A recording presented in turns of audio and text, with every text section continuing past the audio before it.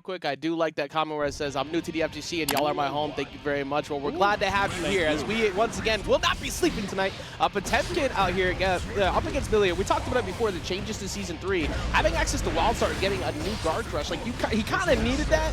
Potemkin needed some help, but he got his one win. Yeah, but that was last season. Wild Assault is such an interesting option, too, for the big body characters, right? Yeah. Giving him some invincibility, another tool to kind of win out in neutral where he might not be able to against some of these faster characters. It allows him to really deal with a character like Millia a lot more consistently. Yeah, you got to waste so much of your meter right now just to get around these Garuda impacts. You do not want to deal with that, but it's pretty much gone now. We still have more meter. A plus frames for days. What do you even do? Like, this is pop busted to close it out to it. Bro, there was no, he didn't get to play at all. The entire game. That's usually Millia's job. Exactly. Didn't press a single button, was just stuck in blocks them the entire time until you got scooped. Boy, that's a man right there just putting in work. But right now, here's the problem. Millia coming through. Where's he going? He goes to the cross-up. Good block, but does not check the low, and then goes cross-up again. That cross-up with the Capel is definitely hard to see, right? You can't really tell which side it's going to hit, especially on a big-body character like Potemkin. But here we go. Gets the wall break, positive bonus, and the hard knockdown. Just walk up. Yeah, you kind of have to burst on that right there, but you don't want a good. Goes for the hard read. Yeah. Trying to predict that Matt was going to jump out of the hammerfall pressure there. Now back up against the wall, yeah, with 100 meter and all that burst to work with. Was not looking too good for Aboii. Yeah, great job from MattShroom to answer back, because that first game looked pretty rough, but that was also Aboii just kind of going in. It's like, look, you can't do much about Garuda. I understand now that you can't do much about Garuda, so he's going to be looking for that same type of pressure. Yeah, but here's the gold burst now, so you're going to get that positive bonus on deck. And the changes to positive bonus have had such huge ramifications for Season 3 of Stride, right? Allowing you to get that burst back. So sometimes it's worth it to go for the gold burst. Yeah, it's definitely changed the game a lot, both on the defensive and offensive side. Are we going to go stay safe side this time? Yeah, he went for cross-up a couple times in a row, so you figure he'd stay same side. Yeah, I like that Mega Fish just to get out of the disc, though. One more touch is all Aboii needs. You see, trying to fish out with that 5P, but it's not going to quite work. And now your back is up against the wall again. And there it is, just wake up 5P, swipe her out of the sky. Yeah, wake up buttons just make sense there, because every trade works beneficial for you there. Unless they got the read on it and they figured that you would wake up, then things go bad, but they're going to commit at that point. Yeah, absolutely. I love to see a Potemkin succeeding, all right? So as much as I enjoy Millia players, I have some good friends who are Millia players. I'm rooting for the Potemkin, all right? Let's go, Aboii, okay? It's hard not to. Like, I mean, you know, grappler love and hate is a very interesting topic when it comes to the FGC. But when it's basically the one big guy, you always got to root for him. Yeah, exactly. Especially when he's not even the best grappler in the game, right? No. That goes to soul. It really does. That really goes to soul. He can definitely put you in much more scary strike throw situations. But Potemkin is out here grinding. He is definitely... Yeah, followed by Kai. Yeah, of course, yeah. The Kai is also a grappler. For sure. There's the early burst from Matt. I think Potemkin is in a pretty decent spot so far in Season 3, right? We've already seen some good performances from Potemkin players in these online tournaments. Let's see if they can continue. Our biggest thing right here is establishing that same pressure before. There we go. Is he going to double up on it? Yes, he is. Make sure, yeah, don't relinquish your turn. There's no reason to let it go right now. Get that trip, get the Garuda impact out once again, looking very similar to that first round from the first game. Absolutely. I mean, the core of any matchup against Millia is preventing her from going into the sky, locking down her movement, right? Yeah. And the fact that Aboii has been able to do that here with Potemkin is definitely very inspiring, but there it is. Bad moon, catches you with the overhead, but drops the confirm. Yeah, he was able to block the cross-ups a couple times in a row, but you want to get that moon out just to be able to trip him up, because you're already conditioned low so many times over. 2K2D finds its mark again. Oh, got caught mashing, not able to capitalize there on the mortal counter, but there's the knockdown with the slide head. Catches the backdash. Ooh, RC2, that's really unfortunate, but this could spell doom. I love that too. Yeah, guarantee lockdown. You can't get away from me. Even if you block this first one, you now got to deal with me chipping you down, burning through your meter, and I might just grab you anyways. Speaking of round start, damn!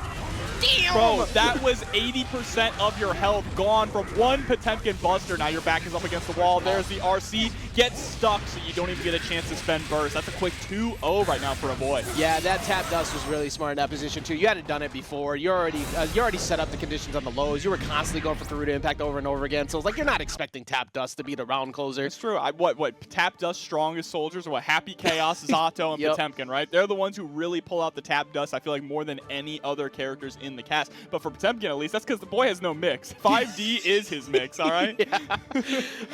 Hey, look, it's still an overhead. You take it every day of the week. And now that's, like you said, 2-0 lead.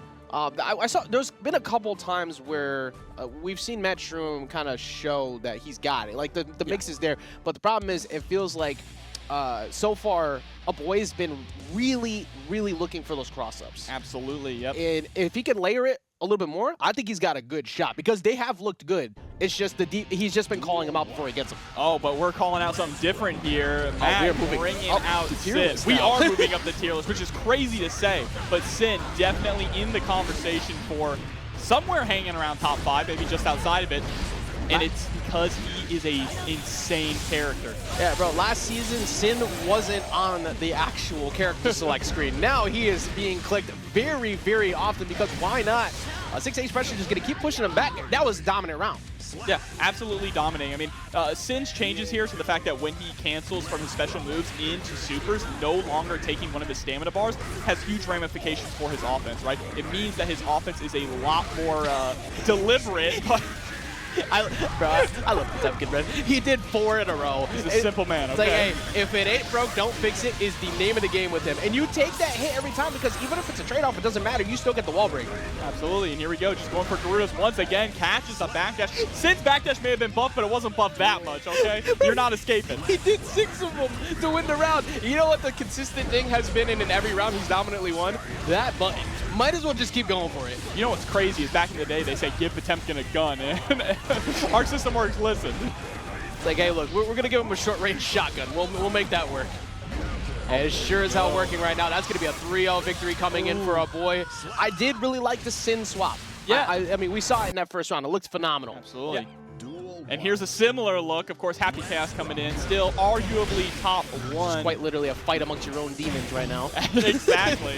But it is going to be Ivey versus Wraith. Wraith coming in with Eno. We see some interesting changes to Eno in Season 3 as well, right? Also one of the characters who received a new special move early on. But right now, not really getting to see Wraith do a whole lot. Oh, my God. We were just talking about tap dust pressure, but, yeah. Oh, my. You know, honestly, yeah, you just took you took two tap dusts in a row, and then you immediately got shot. You're not expecting him to cancel out of it and go for low. Like, that was just such good mix from Ivey. This is hard, too, even just approaching Happy Chaos, right? Having the ready aim stance available to just shoot her out of the skies. What do they tell you all the time when it's approaching Happy Chaos? Don't jump, right? Her forward dash takes her into the air, meaning anytime she blocks a gunshot, she's being sent back. But she does have some of the best offensive pressure in the game, which is good for locking down Happy Chaos like we're seeing right now. No, JS is actually finding its mark repeatedly right now, so this is a significantly better game here from Wraith. Tried to go low on that one after going after going for JD repeatedly. Yeah, but now we're back to square one, right? Just trying to get in and get that pressure started. Curse is on deck. There's the sucker punch. Reloading some of those bullets. Oh, no. Yeah, this is where things start getting rough. He just had such a good lead, but he's going to rush you down. I do like that gold burst. Honestly, just push him off. Yeah, we'll have to see, though. Now he's still right back on you. There's the 5D. We're just talking about that 5D strongest warrior here in Happy Chaos. Doesn't go for the super. Instead, just goes for the 6S.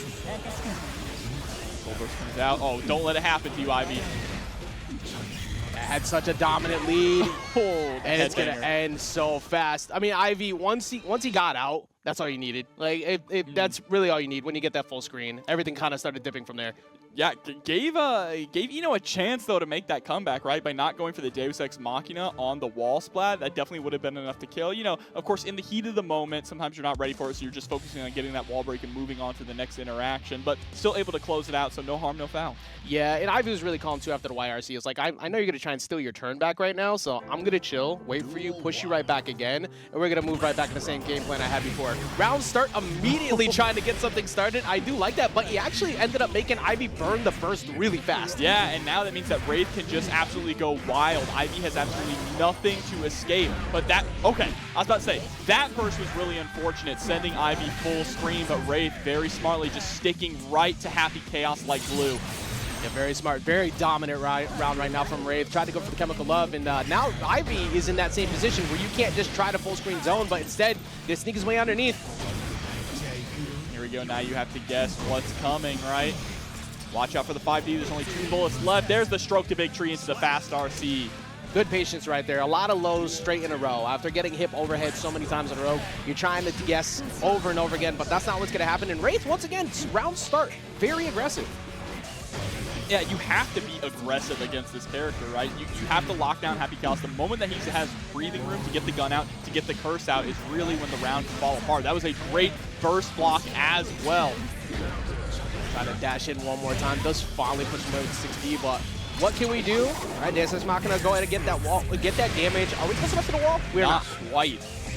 But that might actually be even better here for Ivey, right? Being able to hold onto the wall for just a little bit longer to do that extra damage. Because if you can get the wall break here, you're going to have that positive bonus coming on in. But we pulled Wraith off the wall, and they spend the burst immediately. A very big opportunity kind of gone away from Ivey, but Wraith does have an opportunity to be able to take this right back here. Full screen, one trade-off might work, but tried to sneak in to get the chemical love so he can maybe get the trade-off or get the hit first. That didn't work out. Yeah, Ivey was ready for it with the clone on deck. Mr. President, get down. Here we go. Gets the overhead into the dive. Tries to fake out the overhead into a grab. Ivey with a picture-perfect backdash. Who voted this man in office? I'm worried. The air grab's gonna go ahead and push him back. Good pressure. Honestly, wake up buttons like works in that position because Wraith has constantly been rushing me down. But Wraith has had so many good adaptations since. But right now, tap does one more time. Yeah, breaking the wall there just with a close slash with a blue beat combo. Things are not looking too good right now for Wraith. There's that positive bonus into the RC. Should be enough to kill, and Ivey is going to go up 2-0. But Wraith is consistently taking these rounds down to the wire. That's the thing. Like, it's not like it's a 2-0, but it's free. The problem is that Wraith is just unable to keep the pressure on to close out the rounds. Yeah, although Ivey is winning, I think Wraith has a very good shot to get themselves on the board this next game. It's been very aggressive starts each round, and they've been working, so don't break the pressure that has been working. But they haven't been able to finish their food. That's really all it is. It's unfortunate because the damage will be just close enough. But Happy Chaos, once it gets that lead, it's over. Yeah, especially if Ivey is able to get a good burst off, then it just becomes even harder. Here we go. The first one starting off aggressive is going to be Ivey, and it's Wraith who is on the back foot. Yeah, usually early burst is something I like kind of look at whether it's worth it or not. And it seemed good right there too because you don't want to get pushed up against the wall, but it still ended up turning out that way. This round is looking pretty forfeit for because Ivey has complete dominant control. Yeah, nothing to save you there. No burst available, and now you're going to get immediately killed here by the Deus Ex Machina. That there, though, did build up the burst going into the next round here, so Wraith gets another get-out-of-jail-free card. You just have to be careful about it getting blocked because I feel like Ivey is adapting better and better. There we go. Yeah, we keep him locked down. The answer is not at all. Yeah, you keep yourself safe with that 2-tap. Doesn't matter. You still got a shot with the name on it. Half health already. Oh, gets caught in the backdash by the close slash, and it's looking like it's all falling apart, Ajax. Yeah, that should. I was gonna say that should just be enough to end the round right there. That damage is so you don't expect it because it's like, oh, it's a couple hits, and then as soon as the wall break happens, like, no, there was actually a bomb attached to that bullet. Go. Yeah, Nago versus Anji. We already seen 2 Anjis on the day, but of course Nago, somebody decided to add more blender to him. Yeah, which I don't know. Someone's smoking that good stuff at Arc System Works, right? Saying, what if we gave Nago mix? Would you like a constant high-low? Absolutely. Off of his buttons that he presses all the time? Absolutely. I mean, we talk about it. Once you get under a certain threshold of health, it just becomes a minigame, right? A Mario Party minigame of can you survive the mix-up long enough until he pops blood? But right now, MacMens putting in the work here, sending AlphaLee straight through the wall. Yeah, good defense in general, because you just need to wait to see when they go hyper-aggressive. You can see that blood gauge was rising fast, so for MacMens, it's like, all right, I'm going to wait it out. I'm going to wait for you to overextend a bit, and once you do, it is now my turn to play. Absolutely. Such good normals here for Anji as well. MacMens being one of the best Anjis to do it in North America, been playing this character since release. Yeah, this is one of those games, it didn't matter whether it was Anji free or pre-season 3 or not, you had to worry about MacMens, and MacMens showing exactly why right now. Gonna get another wall break, gonna go ahead and get the hard knockdown too, jumping in, safe jump, safe back. I like that, don't try to overcommit, and immediately knowing once he backdashed, 2S was coming. Absolutely. You think just because I'm in studio I can't see you, chat? The song is Heavy Day from Guilty Gear Xrd. And there it is, with the close slash, MacMens taking game number 1. Very, very dominant first round for MacMens. Like at the very beginning, you know, everybody's got to worry about the jump scare that is Nago just kind of rushing straight at you with Beyblade. It's like, all right, what is he going to do next? Is he going to get too aggressive? And the answer actually was, and for, you know, it's a good idea because you want to push Anji into the corner as quick as possible. But MacMen's defense was just too good at that point. Yeah, I mean, it's always so scary, though, to even challenge Nago at that round start situation, right? I feel like DP beats absolutely everything you can possibly do at round start. Yeah, sometimes you try to walk forward and you get 5K'd in the face. It's like, bro, come on. But AlphaLee, let's see if they're able to make it happen this time. Backdashing off round start, trying to go for 2K, but that is in fact going to get stopped immediately. That gets the throw immediately into the butterfly again, and look at this pressure just being set up, catching the backdash there with a fast PRC. Like it's so scary watching once Butterfly comes out. It's like, all right, where's he going? Where's he going? Where's he going? And MacMens layers the offense so well. Smart though, not falling for that twice. You wanted to spin, waited it out to take the grab. Exactly, and that's really the biggest counter to spin, is just being patient, right, so that you can throw it when it comes out. He does have to spin a set distance before he can throw out any of those special moves, so that is your opportunity. Though, of course, when it comes to Nago, he does have a little bit more of a difficult time because he can't just run up and throw it, right? Yeah. Depending on the distance that Anji is spinning from. Yeah, MacMens plays that mid-range so well, but dash up into the command throw right away, trying to catch Cold/Starter, looking for a counter hit from MacMens at any point, just never giving it to him. Oh, good man, block, so you got to stand up now. All of that blood. Look at this, putting us all the way into level 3 with that mix. Exactly the same thing that happened as round 1. You saw the patience. Once MacMens got the blocks off from the low-high, you are now got way too much blood to try and keep this pressure up. It is now my turn to rush you down. Here we go, breaking the wall with the wild assault as well to get the hard knockdown. Just sends out the butterfly. I like that. You know that AlphaLee is not going to be able to really challenge you in any kind of way, whether it comes to clone or a Fukio or any special moves, because we're already sitting at like 3.5 blood, right? Or 2.5 blood, nearly at popping range. So you just send out the butterfly and let it hold down the neutral for you. I like that decision a lot. Yeah, go play neutral, little buddy. And it's simplicity is key when it comes to Anji. Like, you don't really need to overcomplicate the situation, because if you do, you're asking to get punished. And that's not what MacMens does. And he's so well at waiting for his turn, too. A lot of times people try to force their turn too quickly.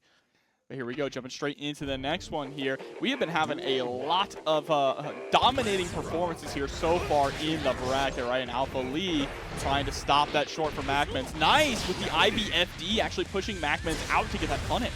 AlphaLee looking for these low starters, but they are not finding their mark. Waiting for MacMens. I do like the fact that he was at least stalling at that time, but much the similar same as last time, Jobber. I actually kind of like that burst because you got carried to the wall and lost around every time when that started. Absolutely. So MacMens is holding on to burst as well, not willing to spend it quite yet. Goes for the wild assault, and there's the blood pop. If we were just a little bit more patient on MacMens' side.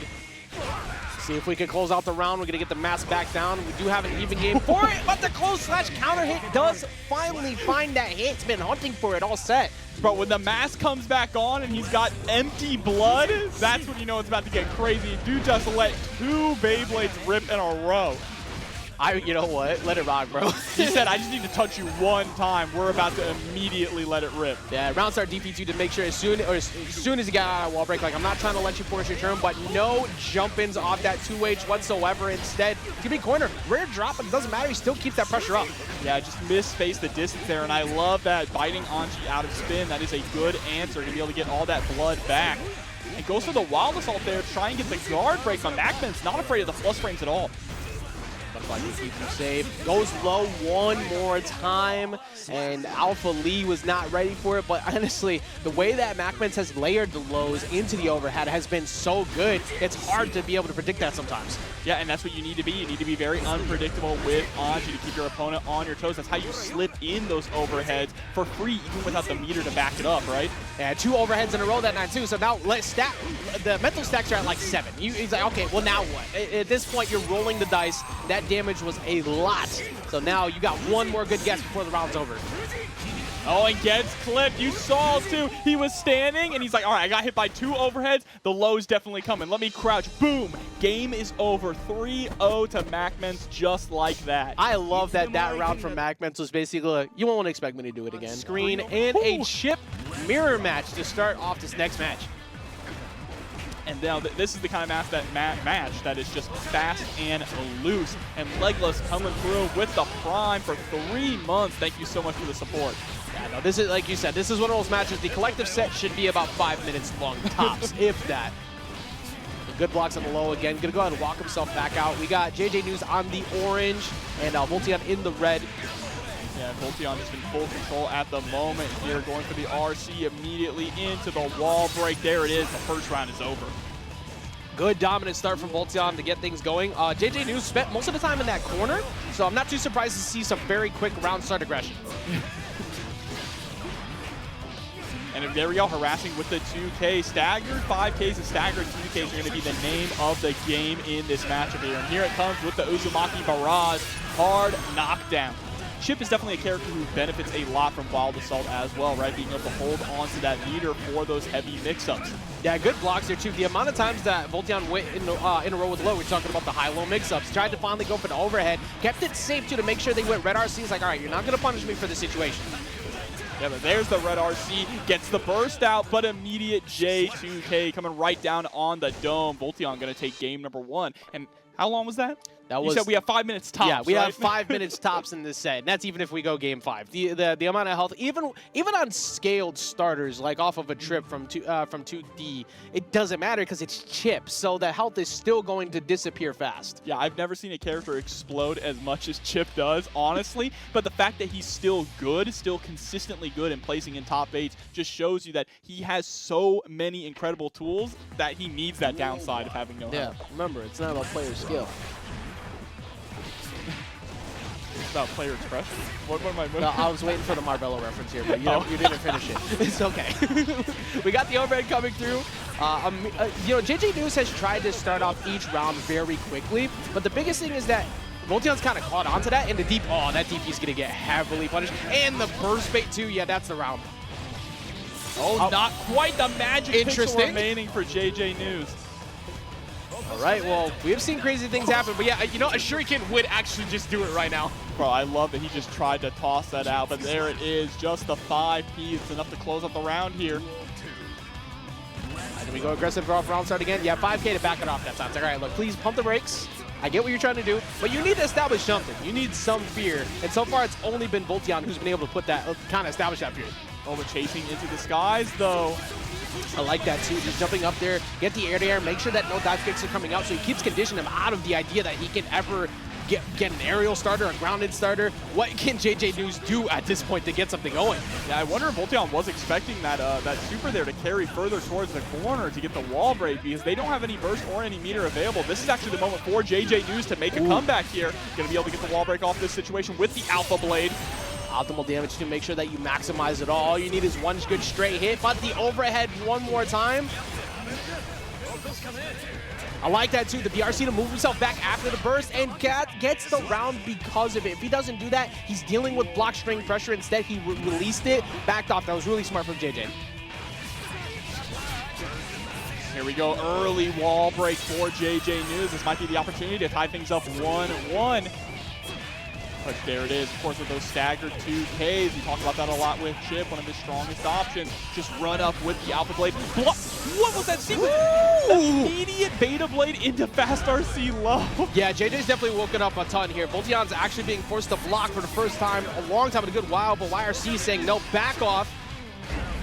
It's just the amount of inputs per second that you have to do in that kind of situation is insane, but there it is with the heavy slash, sends you all the way to the wall. Tried to bait out the burst there, but wasn't quite ready for it with the 2K. One more mix, and he stays same side, and that should close out the round right here. Yes, it will.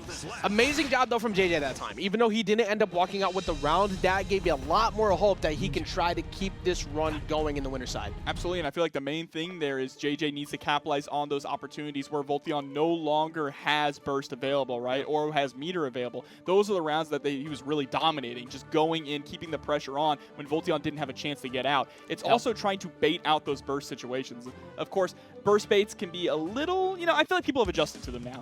At the start, because of the attack power being changed, you have a little bit more blocks done when you block a burst. People were dropping those punishes, but I feel like at this point in Season 3, people have kind of adapted to it. Yeah, I hope so. I mean, a couple of years, it was brought to my attention, and we've been playing this game for a couple of years now, and it just blurred by.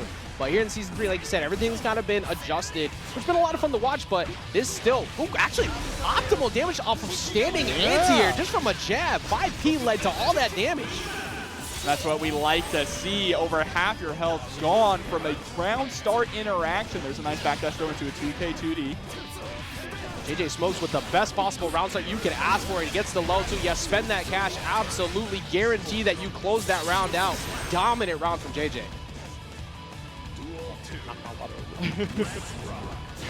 Oh, the low profile though, going right underneath the 5K from JJ. And now getting sent straight through the wall. Again, answering back with about the equal damage that we saw from JJ putting out. Uzumaki Barrage shouldn't be enough to kill here, even on Chipp. God, they've been throwing hands. They have been throwing hands this whole match. Right now, he's going to throw clones instead. It's not just one, it's a 2v1. Oh, gets out of the corner now. This is your last opportunity possibly to really make something happen. You still have Burst on deck.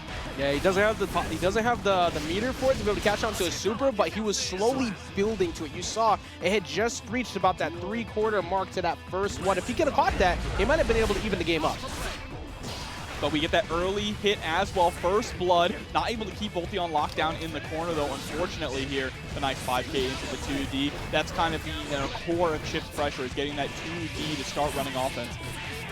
Joe gets the trip up again. That 2D will put him back on the ground, but the throw, man, he's not ready for it. Backs off. Ooh, good blocks once again, but it's a layered offense from Voltiyon. One more mix, and he's going to take this 3-0. Oh, but goes for the YRC. Dash up back throw. Burst still available on both sides. Big opportunity for JJ for a moment there, but he's going to get pushed back one more time. Actually gets a side switch out, but at this point, even like you'd have to burst immediately. Yes, you have to burst basically on contact, and he gets the punish off of the DP. This is huge. Oh, spends her own burst though, recognizing that a super there in that situation would have gotten the kill. Positive bonus still available, but the 5K is going to catch the backdash, and Voltiyon takes it 3-0. That was quite literally 3-0, but it wasn't free. That was a nail biter every single match. With the Zando beam? Yeah, we'll see. We're going to, in fact, see that Millia show up here, so going to go with our best foot forward from Rat going up against Kizzie Kay. All right, here we go. Already put into the corner. All right, Kizzie, I like the denim. We're rocking the denim, Sin. Oh, this man, he just got off his work shift, bro. Like... Bro, help! He's walking home too. He can't drive. He's like 5 years old. He can't even drive home. But jump back, dude, man. A perfect round to start it off. Yeah, I mean, just absolutely devastating here. Sin puts out so much damage and has absolutely insane offense. Look at that guard break into the dash. You have to guess between overhead low, strike, throw. You can see the high-low mix already coming through for him, but great anti-air, already going to push it back. At least get to center, remove that corner pressure that he had, but good blocks once again from Kizzie. Yep, there's that 6P press as well, putting you back to mid-screen. Tries to go for the hoof stomp there. Gets the cross up, Kizzie not prepared for it, so where's he going to go? He's going to stay same side? No, yeah, but he ends up not getting the follow-up he needed after, and he gets the counter hit. That's exactly what he was hoping for, because if you don't find that counter hit, you're likely to once again get anti-aired, and you might end up losing, because there's a pretty free side switch he can pull off, or just remove you from the picture. Exactly, absolutely. Of course, one of the downsides of Sin, though, is a little bit of slower startup on some of these buttons, right? He's a slower character, all things considered, going against a hyper-fast character like Millia. So it is trying to figure out how to escape from that pressure. And there we go, faking out the throw opportunity. You're going through the wall, just so you know. Oh my God, full corner carry for 80%. Corner carry for 80% of your health. Coast to coast on the ground, mind you, all right? And that's it. There's the round. Game 1 to Kizzie. Tyrant Barrel is just a absolutely absurd super now, especially because they made the clean hit window way bigger, meaning that it feels almost impossible to miss the clean hit now if you've practiced it. Bro, he went neutral one time, and I got one good call on corner pressure, and she was dead. It's crazy. This is a problem now. I'm happy. I thought Sin was so fun when he released. He just didn't have the tools to compete with the best of the best. But now that he has them, seeing these Sin mains rise up has been an absolute treat here. Yeah, deserved. Like, honestly, the amount of work they were trying to put in before, but it just couldn't happen. Now, like we said, he's got off his 9-5, and you have to respect that 2S. We talked about it before, even though Millia is always in the air, you still have to give that range when you try to walk up, and Kizzie's making sure to establish that early. Yeah, absolutely. I was saying, I don't know if I've ever seen a character go from bottom tier to top tier in one patch like this. I've seen the opposite with Zato, but this is what he was like before they released it. Like, no, we can't do this. Like, this is a little too much. Let's pull it back. And see, he's a little too overpowered. But instead, now they released the dev version. This is what we got. But it's all right. Rat can't count him out yet. The Rat Gang in the chat as well. Rat is definitely a believer in Millia. I've been seeing him post on Twitter that he thinks Millia is absolutely absurd in this patch, so I'm curious what he's going to be cooking up. But right now, here we go for the mix-up with the disc on. Whoa! What side did that hit? I don't even know. I tried to find out where, but it's just so layered offense. I'm fairly certain it was a cross-up, and Kizzie wasn't ready for it either. Oh no, but there's the DP gonna whip, forcing Kizzie to throw out the burst. Actually taking the opportunity to go for still growing as well. Oh, he blocked that. He 100% blocked that. Oh, he did not block that. Oh no, I thought he did. Yeah, I thought so as well, and that's going to be a game here for Rat, answering back 1-1. Yeah, and that was the perfect opportunity for Kizzie, too, because he was able to get the burst off. He got the DP. I looked like he was trying to bait that.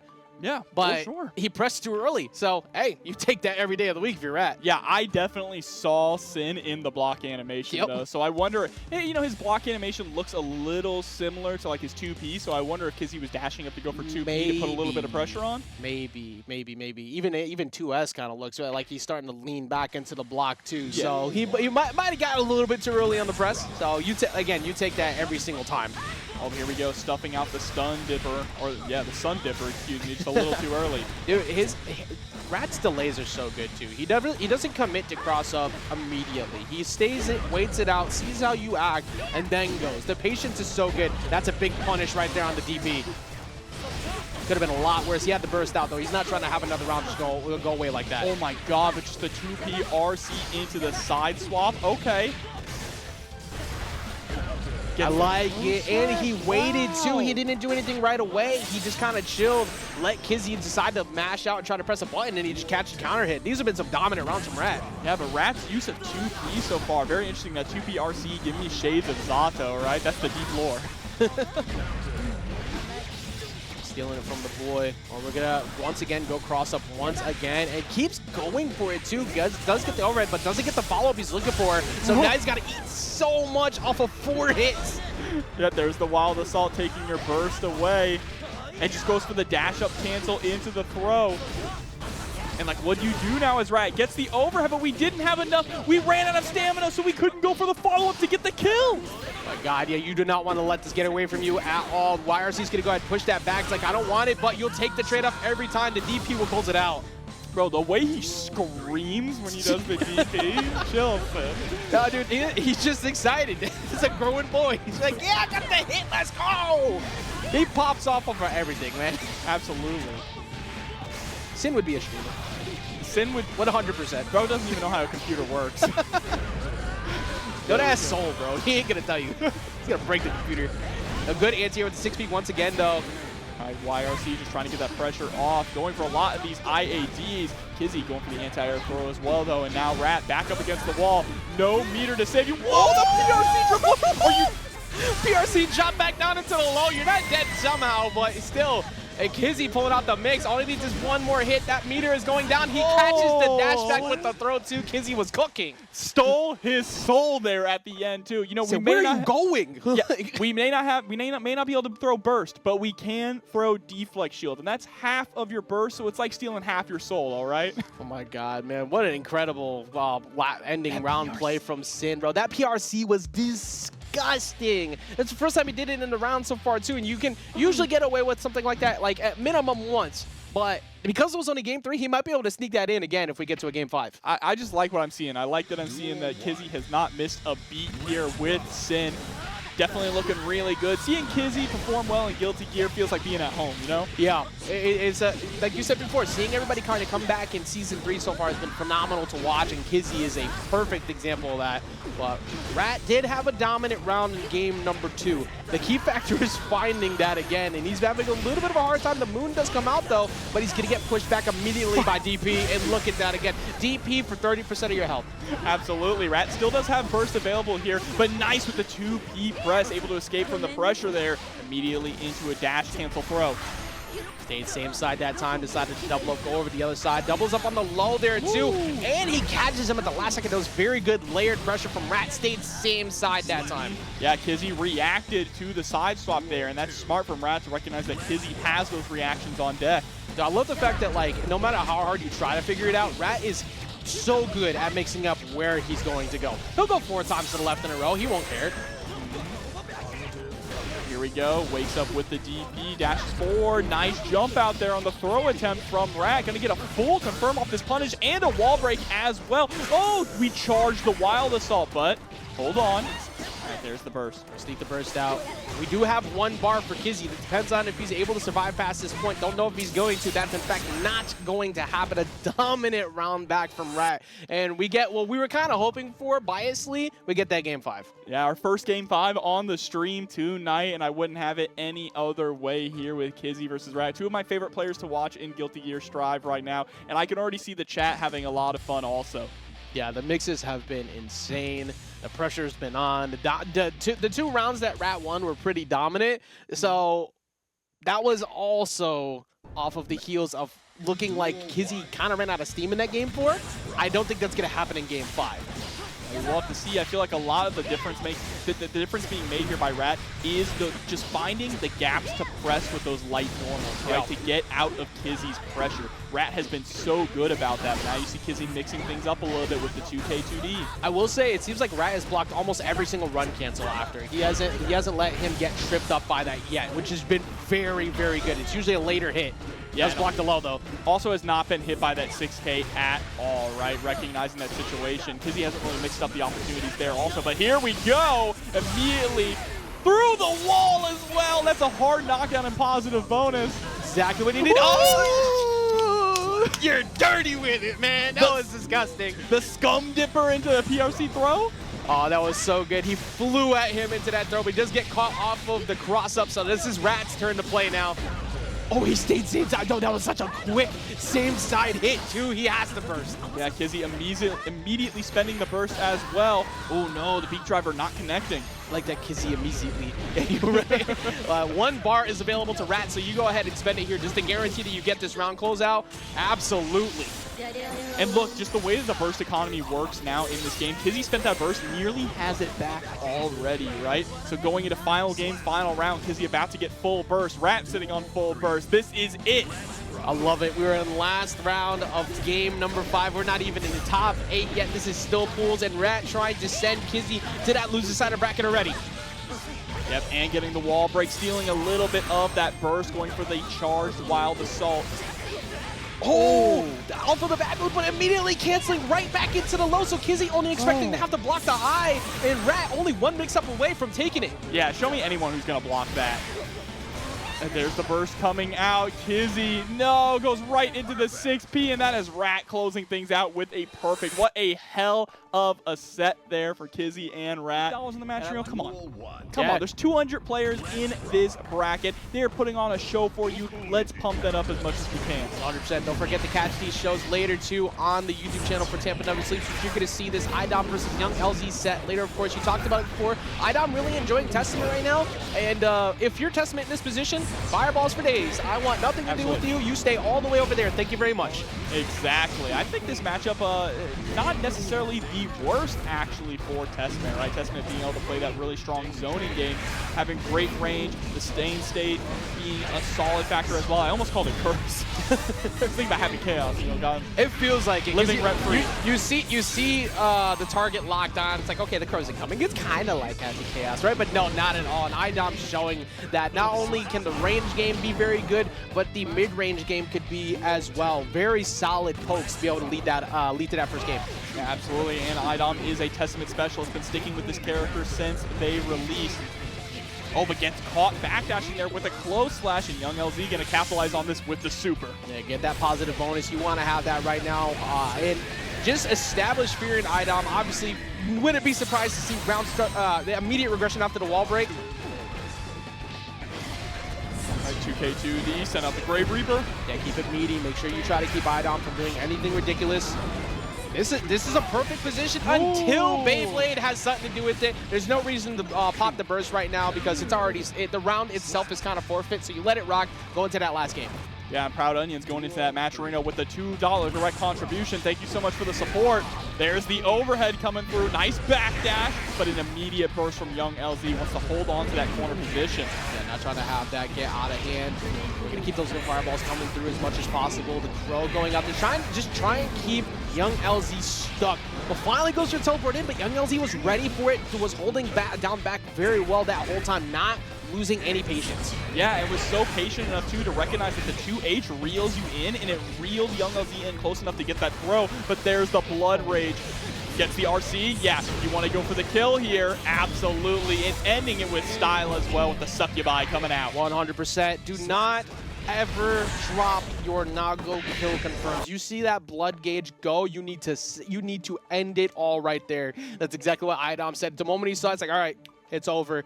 And it could have been a lot worse. If that didn't happen, he had a great position on him. Absolutely, yeah. You have to drag those combos out as long as possible, right? I want to see people get in the lab, get your stylish Twitter combos on deck, right? How many close slashes can you fit in one combo, all right? That's what you need to do whenever Nago enters Blood Rage. Yeah, scaling doesn't matter when his health is just dipping out on itself. So here we go, going into game number 2. Very solid gameplay again from Idom, because it's so important to play from this type of range. And we've seen it from him before with Poison Company. He knows how to do it perfectly fine without having to commit. But when he does, the pressure was on. Wow, that's actually such a good comparison. Poison and Testament. I never put two together.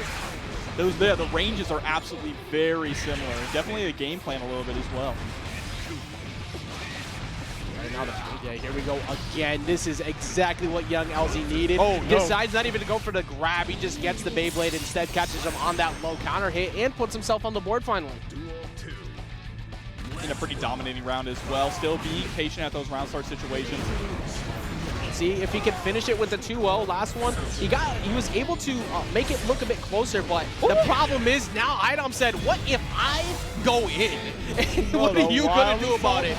I love Wild Assault confirms. They just literally gave most of the characters in the cast a coast-to-coast grounded confirm for no reason. Seeing all the zoners get rushed on capabilities is already frightening enough as is, but Idom making that work. Good job getting that counter hit though. Push him back, gets the center, keep that pressure up, but Idom said, all right, I'm just going to backdash out. And 6P going to push him back again. Best 6P in the game.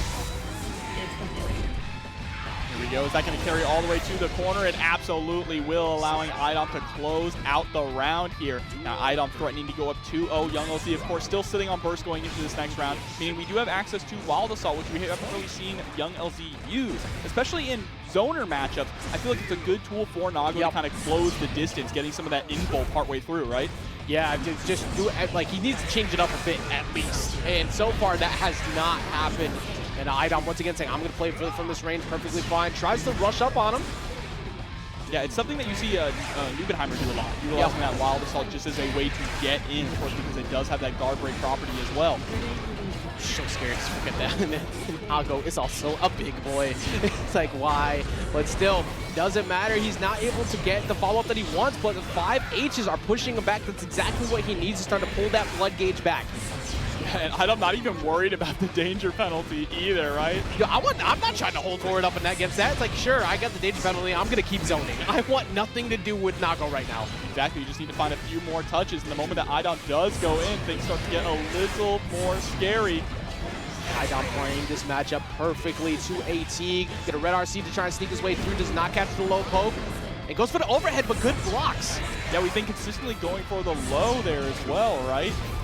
Teleports all the way out of the corner. Doesn't want to hold on to it at all. We go overhead again. I'm almost going overhead again. I think he might sneak it out. Doesn't matter, though. Yes. He's just going to catch him. Idom, you know, again, you slow down the time.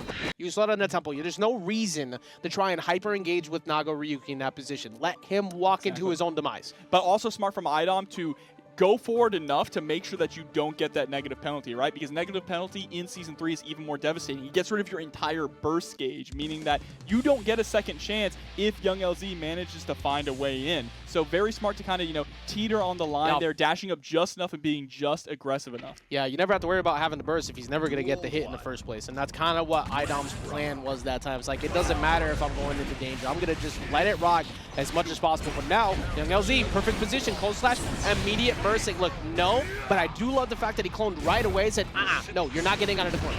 Yeah, exactly. I think clone is a great way to just start off strong with Nago, especially against these zoner type characters. But now that we're sitting at level 3 blood, this is where Idom can be in full control. It can be very infuriating at this position because you can't spin in, you can't throw clones out. There's not much you can really do here. You just have to let it rock. And that's the second overhead in this match. So he's starting to layer it more instead of just going for the low. Absolutely, but there's a well-placed triple slash target combo from young LZ. Oh, the BRC overhead. Still not enough to get the kill here, so Idom is absolutely still in this round. BRC forward to keep that pressure up. There's the wild assault into the low. Too much scaling on the combo.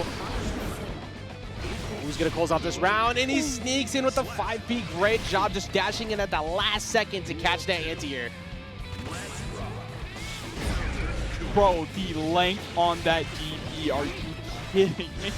Idom had to impress something there that put their hurt box out way too far. He needs it, right? At half health, he goes for the command grab, get that blood gauge back down, doubling up on it. Yeah, we haven't seen him really go for the command grab that much in the corner like that. So I like the fact he's starting to put that fear into Idom on it now. Yep, and we are trying desperately there. We spend both of our gauges of burst just to push young LZ out to no avail. And there it is, the 5H decapitator from young LZ, finally putting a point on the board. That was so well played. The wild assault just to make sure that he stayed on him too. Never let Idom get back out, because that's the part that's the main reason why LZ has been losing the matches. The moment that mid-range is established, you now have to respect 5H or zoning. You're not really going to be doing much else. He wasn't ever really able to play around it. That time, though, all right, what if I just keep you in the corner the whole Exactly. time? And Wild Assault for Nago is also an interesting tool because it allows him to get back in without having to spend blood, right? Normally, Nago players will either go for the triple slash series and put in that mix-up there, or they'll have to use Ukyo or Beyblade in order to really close the distance. But being able to close the distance with a guard-crushing move that is partially invincible and hold onto your blood gauge, that is so valuable for this character. See if LZ is able to replicate that success from last time, starting to slowly bring that blood back down. Does find the 2S, so that's going to be a good chunk of damage. But he does have to take the blood pops. This is going to be so much. And of course, Idom, we said it before, he's got the optimals for the situation. Unfortunately for him, though, he didn't have the meter to be able to finish it. Oh, look at this. Just Idom holding on to FD for dear life. And there it is. Dash up throw. Oh my god, chopped in half.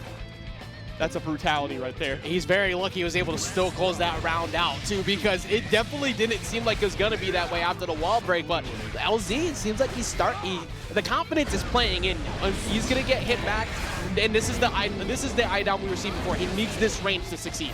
Yeah, absolutely, and gets the OTG also with another Grave Reaper, and now we're mixing up the Arbiter signs over and over here. Full control here from Idom. Gonna get the Curse State, or the Stain State, excuse me, on deck here with the Succubi Super. One more good poke from Idom. We'll go ahead and push this to a round 3, and that's exactly what we're going to find. Once again, Idom putting himself in a position to try and close this all out. Absolutely. Here we go, set point, gets the 2K2D, goes for the upgrade, Reaper, immediate IDJH, and it actually works. Young LZ just getting caught. I love this tempo shift from Idom. He went from such a hold back playstyle the last few matches to now I'm going to beat your ass. I'm just going to rush you down, and it was nothing else he has had an answer for so far. Yeah, this is just pure rush down gameplay here from Testament, and now immediately pulling back, right? Now that we have the substantial life lead, no need to be a rush down character anymore. Oh, Testament really out here. They just thriving. Of course, so much health at the last bit for him. Doesn't matter though, the blood gauge is gonna pop, guaranteeing he doesn't get pushed back off of it, and a perfect message sent over to LZ saying, look, you got your one, everybody may get one. That's not happening to me though. Those codes and get those direct contributions in as well to support these players as they train for Taku. Like I said, every single bit goes right into their money spent at Wawa this upcoming Saturday. And potentially on the medical bills for being a second ago, as we got our first GoldLewis to pop up on the screen. RedIamnot. He is definitely red though. You can't just name yourself that and then pick the red GoldLewis color. But here we go. Look, if you say it confident enough, then it's got to be true. Answering back with that wall break, keeping the pressure on. This is one of my favorite matches to watch because it is just Chipp doing all this high-level calculus, mix-up, trying to keep the pressure game on, and then GoldLewis just swings the coffin once, and it just immediately says slash. It quite literally is. Like, Bean can have a field day beating down GoldLewis forever, including that final hit on that overhead. But as y'all saw, the round start, half of his health disappeared off of one good hit.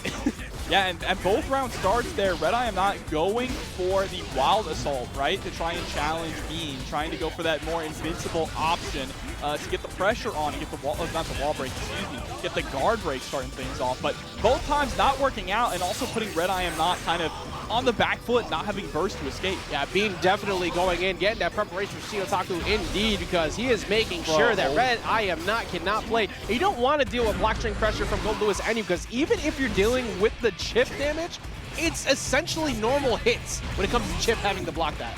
Absolutely, and there's another wall start coming through with the 5 PRC from Bean. Gonna take game number 1. I kind of like that RedIamnot is going for these wild assaults, kind of using it very liberally, but I think we need to be a little bit more careful because you're losing out in those round start situations, and then you don't have any burst to reset to neutral, and that's been a big factor about how Bean has just been able to run wild on him. Yeah, I mean, game 1, it's like, all right, let me try and sneak it in, right? And you're not going to expect it the next time. Probably pull back on it now going to these next ones because Bean was waiting for it fully, and you not only was the turn lost, but the round was lost from that point forward. And then the game. Yeah, so let's see what he can do this next time, because again, all you really need for GoldLewis is to win neutral maybe twice against Chipp, and the round is over. And then you put him in the coffin. You know what? Third time's a charm. You know what? We love a committed person out here, okay? That if they're committed, no matter what, he's gonna go for it. Hey, third time is the charm, all right? But right now, the Uzumaki Barrage is gonna send RedIamnot through the wall. You better be ready for this next mix-up. You're going low this time. No, decides to go over into the air. Got hit. Yeah, you know, now, look, don't try to challenge Thunderbird in that position, because you get one hit off of that and you get pushed back. You are now dealing with Behemoth Typhoon pressure, and that was very smart from Bean. Said, I'm just going to walk back. I'm not letting you catch me with Gatling or anything. You got to come to me. Did you see those IBFDs, though, the pushback there on the Rekkas? I mean, unfortunately, you can be as nice with it with those 2-frame adjust blocks as you want, but not getting out of the pressure there isn't going to help you. So Bean taking another round here. There has been no gap in the pressure from Bean at all. It is a massive treat to have from on TNS, everybody's been saying. I'm glad that it was the week that I didn't show. Oh, no, that is a massive amount of damage coming in from a whip DP. Uh-oh, burn it down. Block for life. Oh, gets hit with the low and put him in the coffin. Bro, even if he did block it, you saw how much health was going to go away just from the Chipp damage. It is essentially, it is almost a checkmate for that situation for Chipp. All right, drops the drone, tries to go for the overhead here, and oh my god, this is exactly what RedIamnot wants. Has to FD. I love the blink FDing that we're seeing, but gets clipped by the fully charged Wild Assault, launching him into the wall. I'll start finally putting it in its work where it needs. JD does not find the hits that he's looking for, but it doesn't matter at this point. As long as he doesn't get walked into the corner by Bean, which is kind of what's happening right now. I like that. Honestly, burst into that immediately. You don't want to throw this round. All you need is one good burst bait, and that's exactly what he got. So well executed by RedIamnot, striking back. Just knew that I'm putting you in this situation. Bro, one more time. It's just like, huh? Huh? The quick jump scare that is GoldLewis hopping at you to force that burst. Full chest.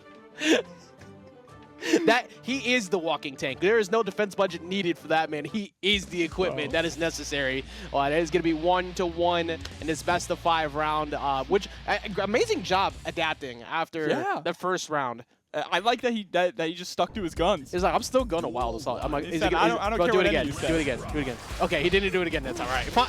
But still, he got the message set. It's like it's gonna work eventually. Yeah, 4 times too many. He really did just stand there menacingly, yes. Yeah, and now back is up against the wall here and trying to figure out how to escape from the corner as GoldLewis against a character like Chipp is infuriating, right? You got to really rely on that 2P, it feels like, or that 5P if they go to the air. And there it is. Speaking of the 2P, is able to get the press, tries to go for the cross-up. You know, a lot of times, usually around in that position, you'd say match is forfeit, but not when you're staring down GoldLewis in the corner. Look how much damage he's taken off these straight hits. He's brought it all the way back. What a neutral JD as well. Should be enough. No, not quite with the OTG. Wasn't enough, but JD does find the mark that second time. He's starting to finally find those hits. The little ghost hands, they always find their target. Oh, tries to go for the 6P there immediately into a Behemoth Typhoon. They trade off too. Anything to keep Bean in check. Bean just trying to find an opener, just trying to find his way to the corner. Now he has record pressure potential, but good throw tech saying no, not today. Oh, the reset! reset though. We landed with the JD and immediately reset into the overhead Behemoth Typhoon. The deflect to push him back there too, and I like that the PRC back just getting out of that situation. Disengage as quickly as possible. RedIamnot though is going to have to be forced to have to deal with this pressure one more good time. Uzumaki Barrage won't be enough to get the kill, but it's going to give him that meter he needs to try and sneak it out. Yeah, you better believe it here. We've gone for overhead multiple times. Are we going to go for the low now? No, we just stick it out with the safe jump. Burst finally comes out from RedIamnot. I love it. Just following straight behind the drone. My beloved not able to block a YRC though. He's crazy with it. He kept walking down and decided to just walk up, get the YRC to get positioning to trip up RedIamnot on the jump in. You are a brave soul, Bean, and that was so well played. Throwing out YRC on drone is definitely a huge risk. Like, it could have been baited so hard by RedIamnot, but that's just like the layers that Bean has. He's so confident. RedIamnot, though, does finally get another good round start like he did in that previous game, too. And it's looking like he might be able to capitalize on it here. But the counter hit DP does get him out. Oh, yeah, but we're, you know what? Try again, right? Drop the drone. This time goes for the far slash, trying to chase up with the JS, but Bean is able to escape from the corner here. Best case scenario, they was able to dive out, but OTG will finish the job. Dude, RedIamnot, that first round, it's like, okay, you got it. I couldn't play that long. It's fine, though, because we got 5 games to play. I still got plenty of time to make that adaptation. That is exactly what we've been seeing so far. And I feel like that GoldLewis players, more than others, they really do thrive in longer sets, right? Yeah. Being able to just kind of feel out your opponent's habits, the way that they like to structure their approach, the way that they like to structure their pressure. GoldLewis can be a devastating offensive character, but sometimes getting that offense can be the struggle, especially against a character as fast as Chipp. Yeah, it's the big boy heavy tags, right? Like, no matter what, there's going to be rounds where you don't get to play. It's going to happen. It's part of the matchup. But it's about how you adapt after that. You still have plenty of rounds to get the things done, and Bean getting a good round start that he's needed for a little while now. Chad did not just say Red is refrying. Refrying these beans. I can't, man. There we go. Uzumaki Barrage. Give chat power, bro. Oh my god. Well, here we go. Going up into this next match. Right now, this is exactly what we wanted to see from Bean before, where he was getting those block string pressures. He wasn't able to finish it off, but he does that time. Again, a lead like that could disappear so fast against a GoldLewis, so smart on Bean to make sure he didn't relinquish that pressure. Yeah, and of course, 5K is going to be your best friend in this matchup as well. Great range, going to be able to stuff a lot of GoldLewis's moves, as well as punishing those with Behemoth Typhoons, right? With punishing is massive for Chipp in this matchup. Trying to make sure that those never get to go off in the first place. This is perfect lockdown. The overhead comes through, keeping it locked down again here, Jobber. Smothered. There's the burst finally coming out.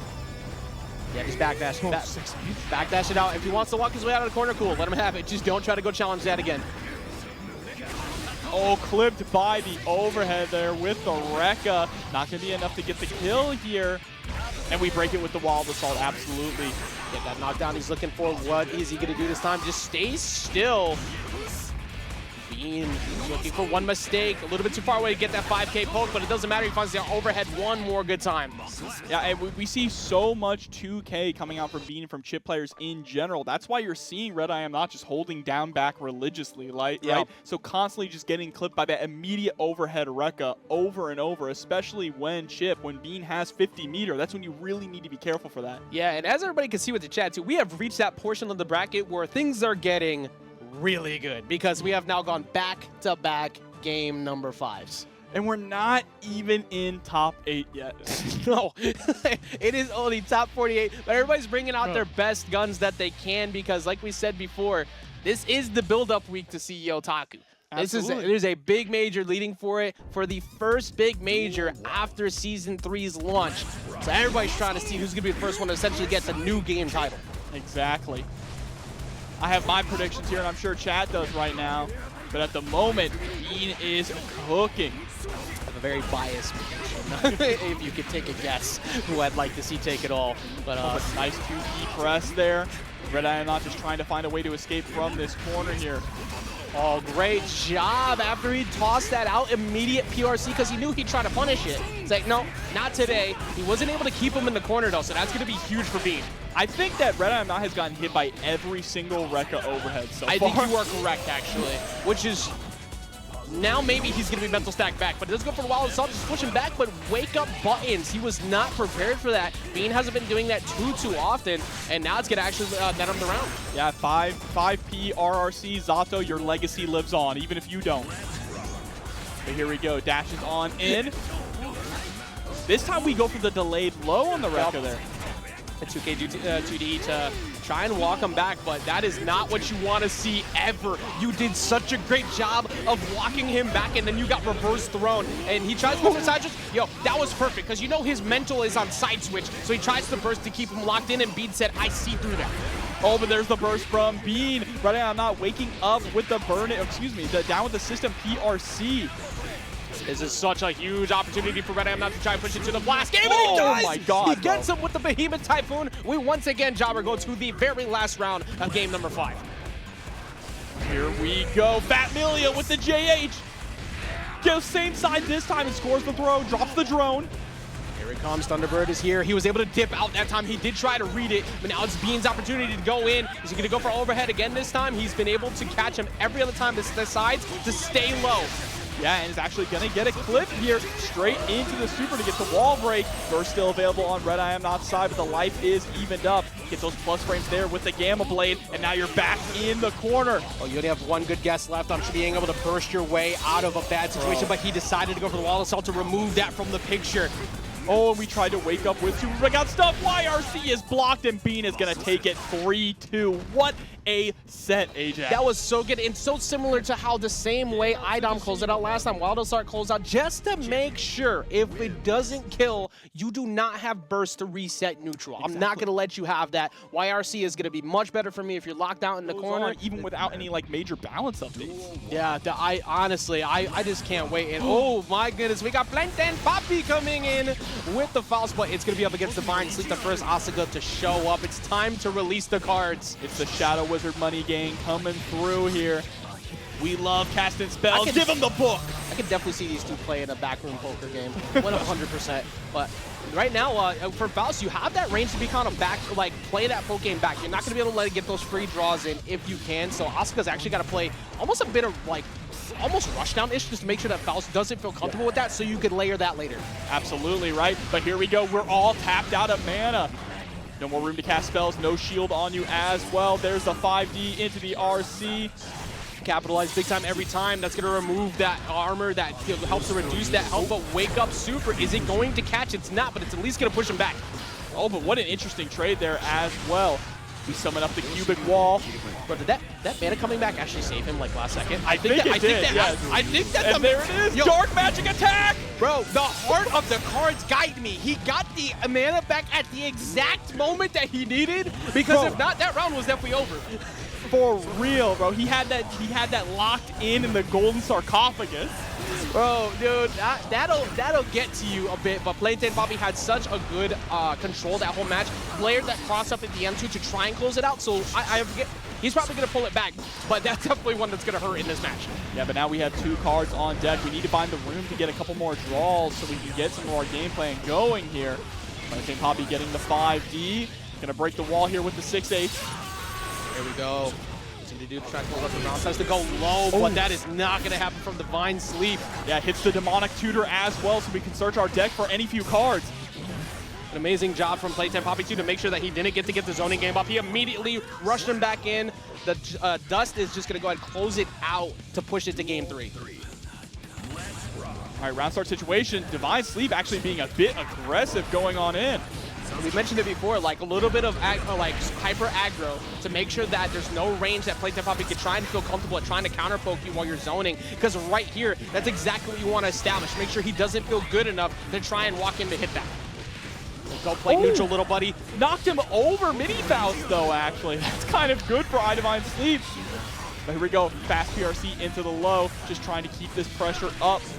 We do have the card that's going to build our mana, though, so all that damage being done to IDivineSleep didn't do a whole lot to our mana spell, or mana loadout. And here we go. Sorry, you want me to say Demonic Tutor chat. Pot agreed. How's that? Does that work for you?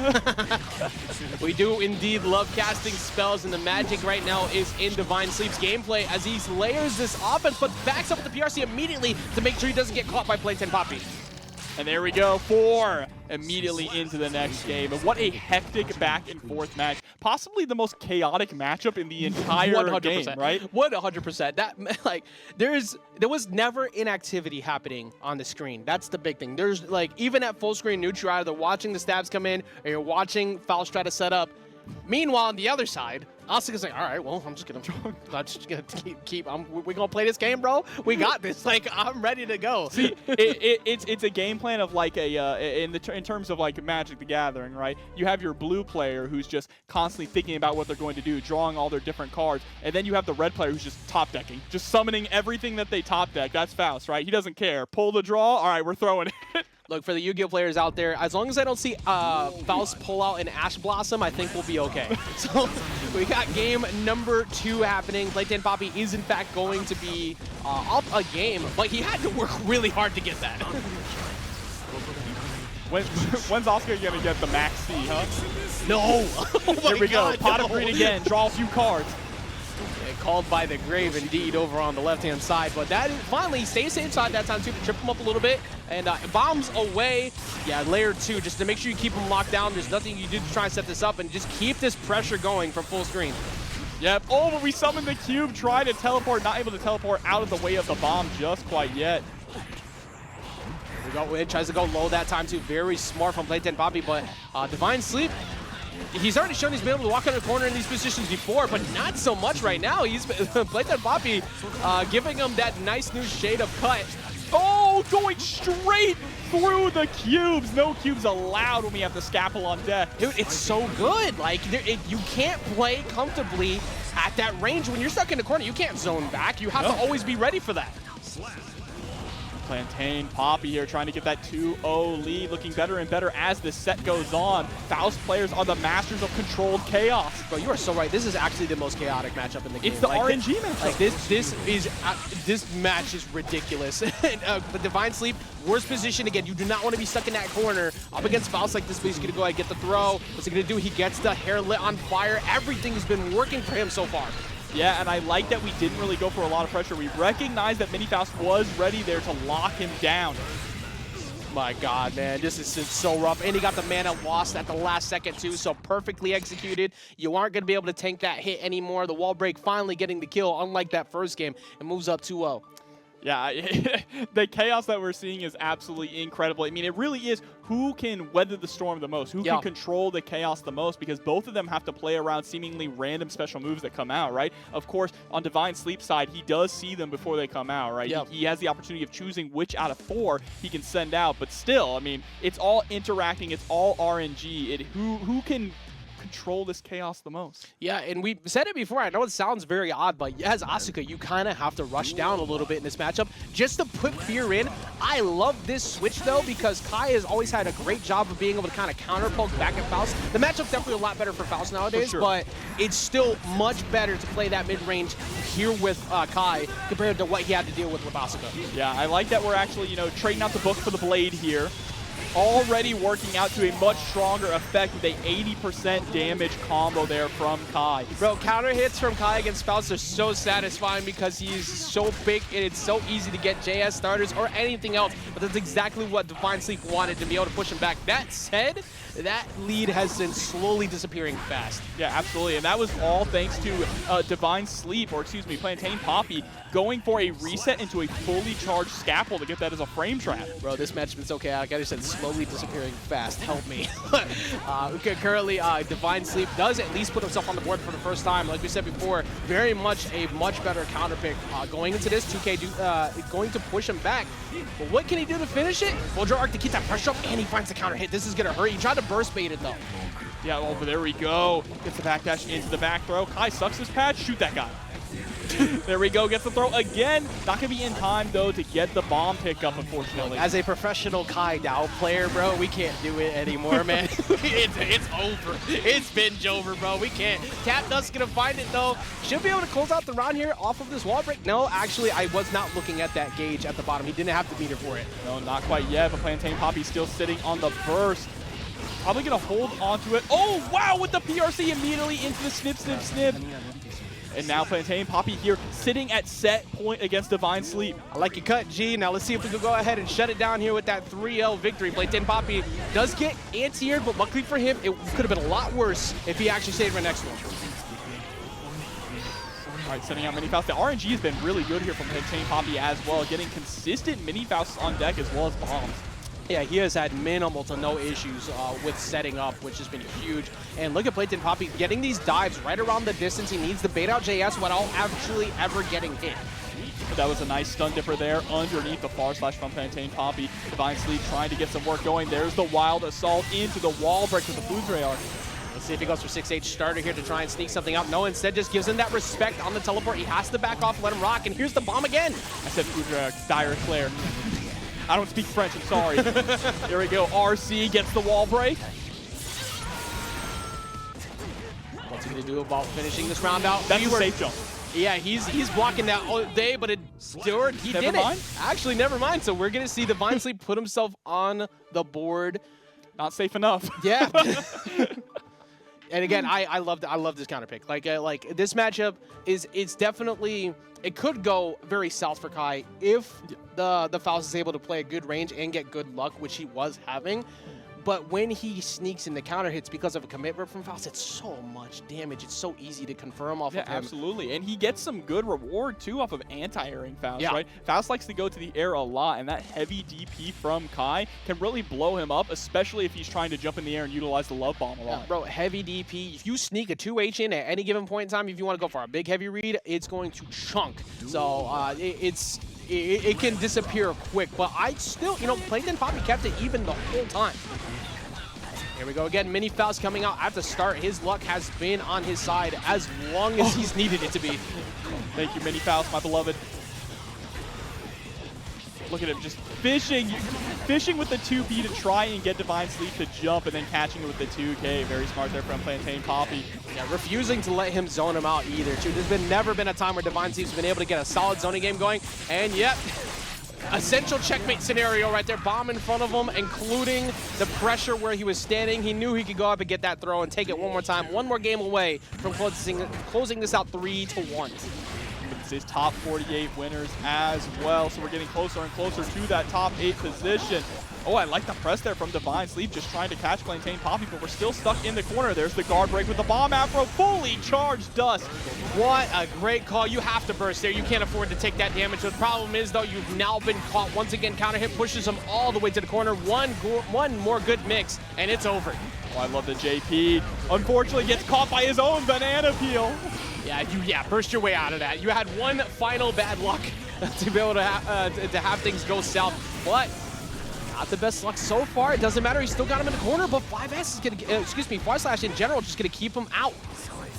You see, going for a lot of these J2Ks as well, just trying to find that stray hit, right? PlantainPapi, I like the Scarecrow opportunity, just pushing you further away from the corner, right? You don't want to have your back up against the wall in this situation, just like DivineSleep is right now. He tries to get that counter hit poke out the sneak to see if he can get his way out, but that is at least like the 4th or 5th hit of that dust that is connected. He was not ready for those overheads anytime they came out, even though he was lame. As we get ready to get into this first top 8 qualifier, we just talked about it. What you might have expected as Nubenheimer versus Jonathan Tenney, it's actually going to be Voltiyon, who got that big 3-0 against him a second ago. Absolutely. You know, we got to get that Wawa pizza. You know what I'm saying? No, bro, I need my sandwiches. That's what I'm saying. I need my subs from there ASAP. We could use some subs as well in the chat for TNS. Every bit does help. Bro, Voltiyon is indeed cooking as he continues this pressure up. Bro, he has got a huge lead against Nubenheimer to start this round. Absolutely. Here we go. Another run-up throw into the fast RC. Nope, not quite going to be enough. Surprised we didn't go for Super. I think even Super might have had just a little bit too much scaling. Is this going to be a safe jump? Absolutely. Yes, it was. Bro, that was a relentless onslaught. There wasn't really another way to put it. And Voltiyon, bro, he is feeling himself. Like, I don't really know how else to put it. Big counter hit, trip up, so he's going to push him into the corner off of that. Get immediately into the Uzumaki barrage here. You said 2 against 1 earlier. That's 4 against 1. Bro, all the boys coming out to play. The entire country, his entire country is just infinite clones of himself. And answer. It's true. It's a population of 2. Wow, what a pickup though off of that trade. Close / trade. The awareness from Nubenheimer to recognize the distance would still allow for the 5K. Nubenheimer now getting the optimal situation he needed. You just need one good counter hit off of that. You close it out. Simplicity is key. So Nubenheimer striking back finally to try and push this into the last round. And Generic Soda coming through with the $10 into the match arena. Thank you so much for the support. Saw Generic Soda earlier today. Thank you for joining in the fam to continue to help out with that match arena. Like we said, every single bit goes to these players who are currently fighting for that top 8 position right now. Like we said before, this is a qualifier. Voltiyon has been on a run, but Nubenheimer is one of the biggest threats for good reason. There we go, Fast RC into the low. Just trying to get that knockdown here to start running some game. Wow, Ooh, you were so close to getting blown up. that close sash just barely missed. That was actual frames off. We both freaked out during that. Luckily for Voltiyon, he did it, and his chip damage is getting ever so close. Voltiyon seeing the final destination there, but here we go. Just a 5P rest, closing out game number 1. Dominant play from Voltiyon. That just showed me why the 3-0 exists over Jonathan Tenney. We saw him earlier in the Chipp Ditto or the Chipp mirror match, so it's like, you know, you can't really gauge too much off of what's happening that because it is a mirror match, so you can approach it a little bit differently. But Nubenheimer going 1 loss into the first game, like, hey, you gotta start second guessing because Voltiyon's out here to play. Yeah, and this is one of the most common matchups that you see at high level too, right? Is the Nagoriyuki versus Chipp matchup. So there is a lot of knowledge out there to figure out how to play this matchup. But of course, you're not just fighting Nago, you're fighting Nubenheimer. Nubenheimer is one of the absolute best, winning multiple TNSs in a row here at Season 3, only to be taken down by SQ. So let's see if Nubenheimer can regain that crown. Already doing a great job at that 2K2D before into the 2S to try and keep him walking into the corner. That's exactly what he got. OCG put a little more damage on, bro. He is dominating round start. That was a clash on 6H and DP. How are these Chipp players always ready for DP clashes? I don't know, but it would take that every day of the week. He does finally find the low to close out that first round, though. Like, what are you all doing? What are you eating? Have no fear, man. There is, you can't condition someone who has no fear, and that's just all Chipp players. They start the round potentially facing death. He secretly needs it. Oh my god. All right, yep, there we go. Just gets the 5P immediate dash up throw. Here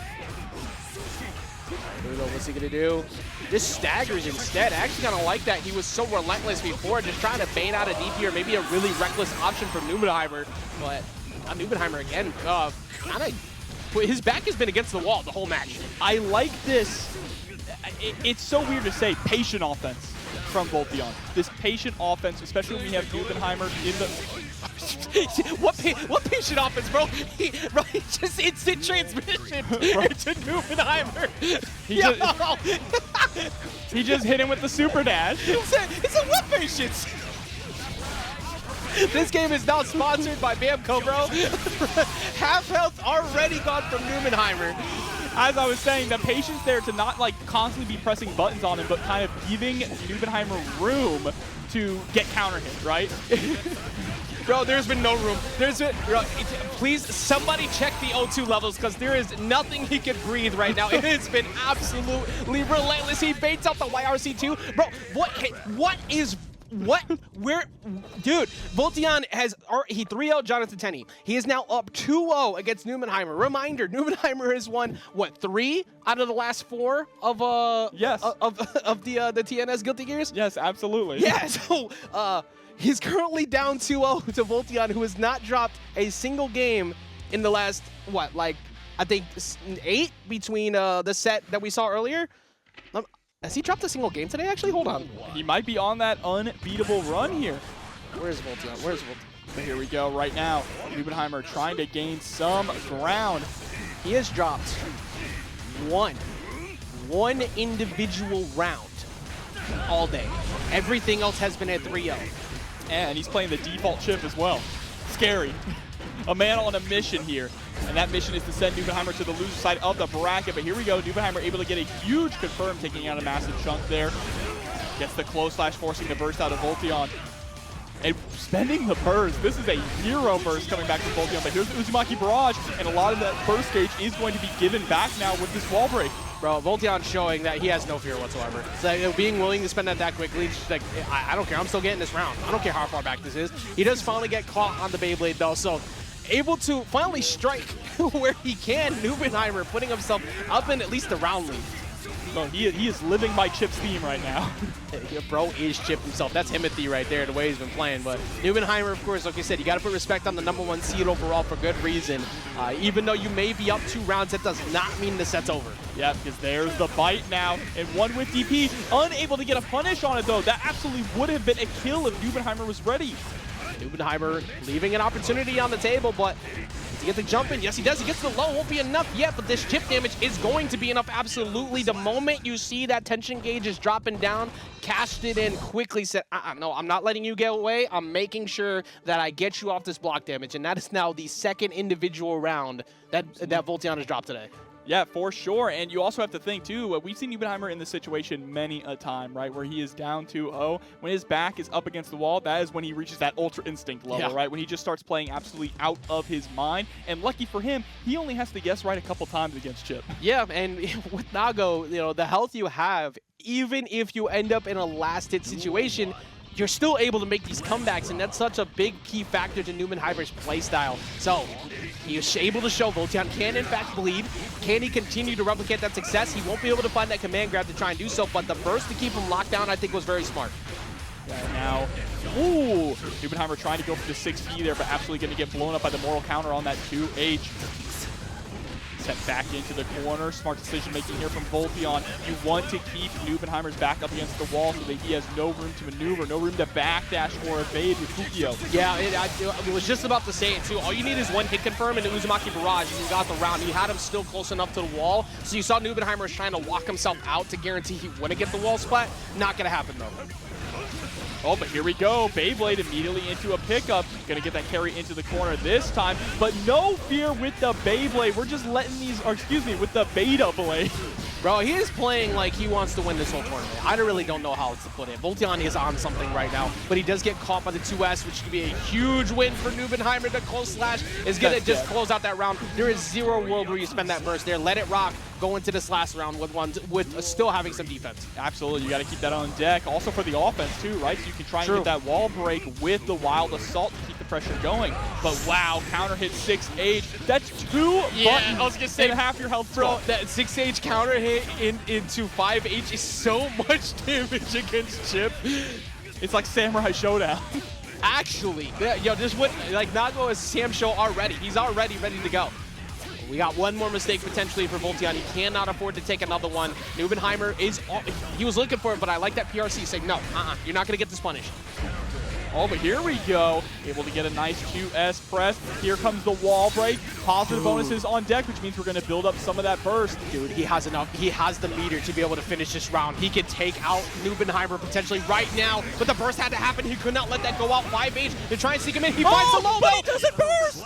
I can't believe he didn't burst on reaction to hit, and you figure he would have did it right away, but he was assuming maybe he'd look for the burst bait or something, but he never did. Yeah, and Nago didn't have, or Nubenheimer didn't have any meter to go for a burst bait in that situation there.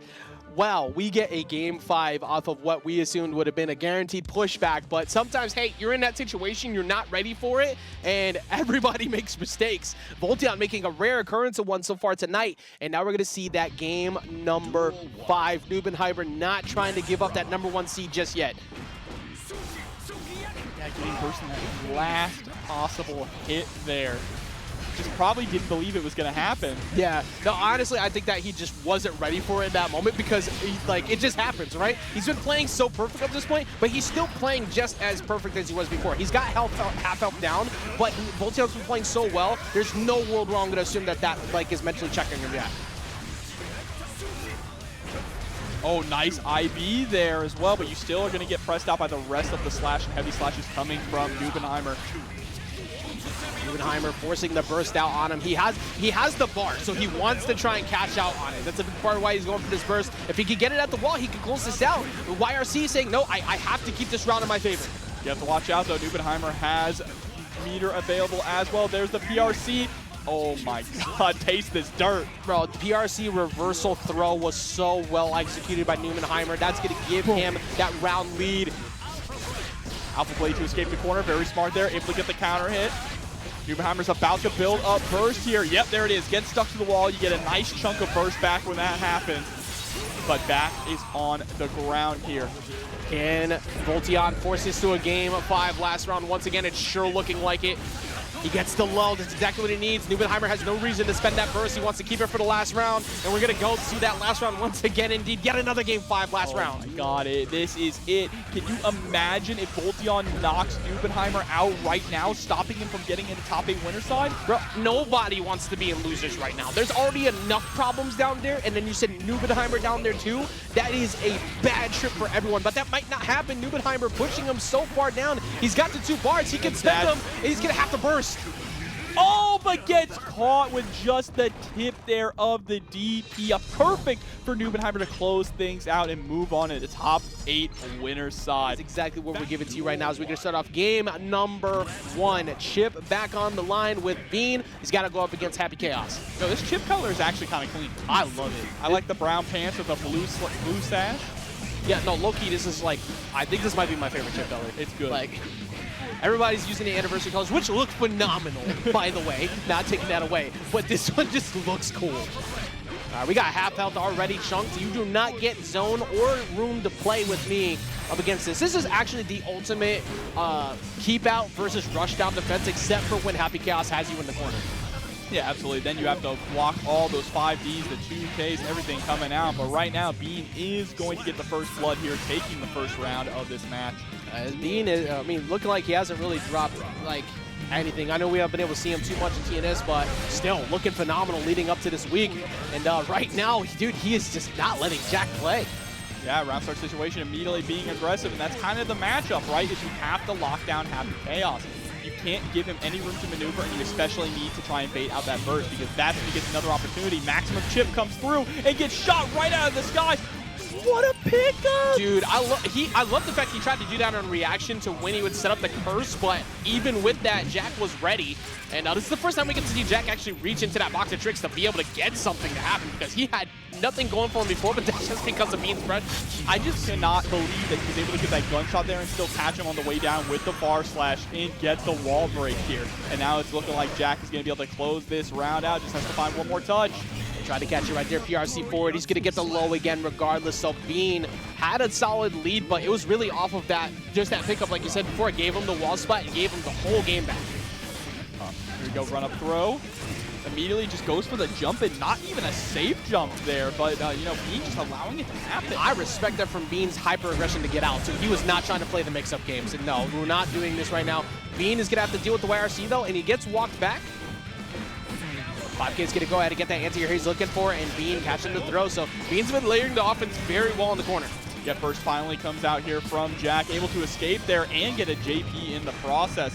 But you see, right, getting chased down over and over, only has 2 bullets left, so has to be a bit more conservative with them. Yeah, and I think that's a big part of why we're seeing Bean be so much more aggro now. It's like, look, I'm not letting you get your resources up. Guarantee you get the close out, pick up off the OTG to push him into the wall. Amazing job from Bean to guarantee that first round. Absolutely incredible stuff there from Bean, moving, trying to move even further on in the bracket here, starting off with a good first game against Jack, because Jack is also one of the best Happy Chaos players out there, right? Yep. There are, you know, Happy Chaos is a strong character, but it takes a certain kind of person to pilot him, and people like Jack, people like Umisho, they are the best to do it. Yeah, and you have to have a level of confidence. This is, I don't care what you think about me playing this Happy Chaos, I'm going to win. Exactly. And, you have to embrace the villain. Yeah, you know? It's why Leffen has that Evo championship. And it was so well played, but still, I mean, you do have gaps. There are gaps that can be found. For sure. And that's exactly what we're seeing right now here in that first game for Bean. But like we said before, it is best of 5 always, so you always have plenty of time to make the adaptation. Absolutely, and there's the early burst from Jack, right, so that we can try to adapt. And Bean answering immediately back, saying, okay, you know what, you want to get out of the corner? How about no? I Bean leave. All right, we see you.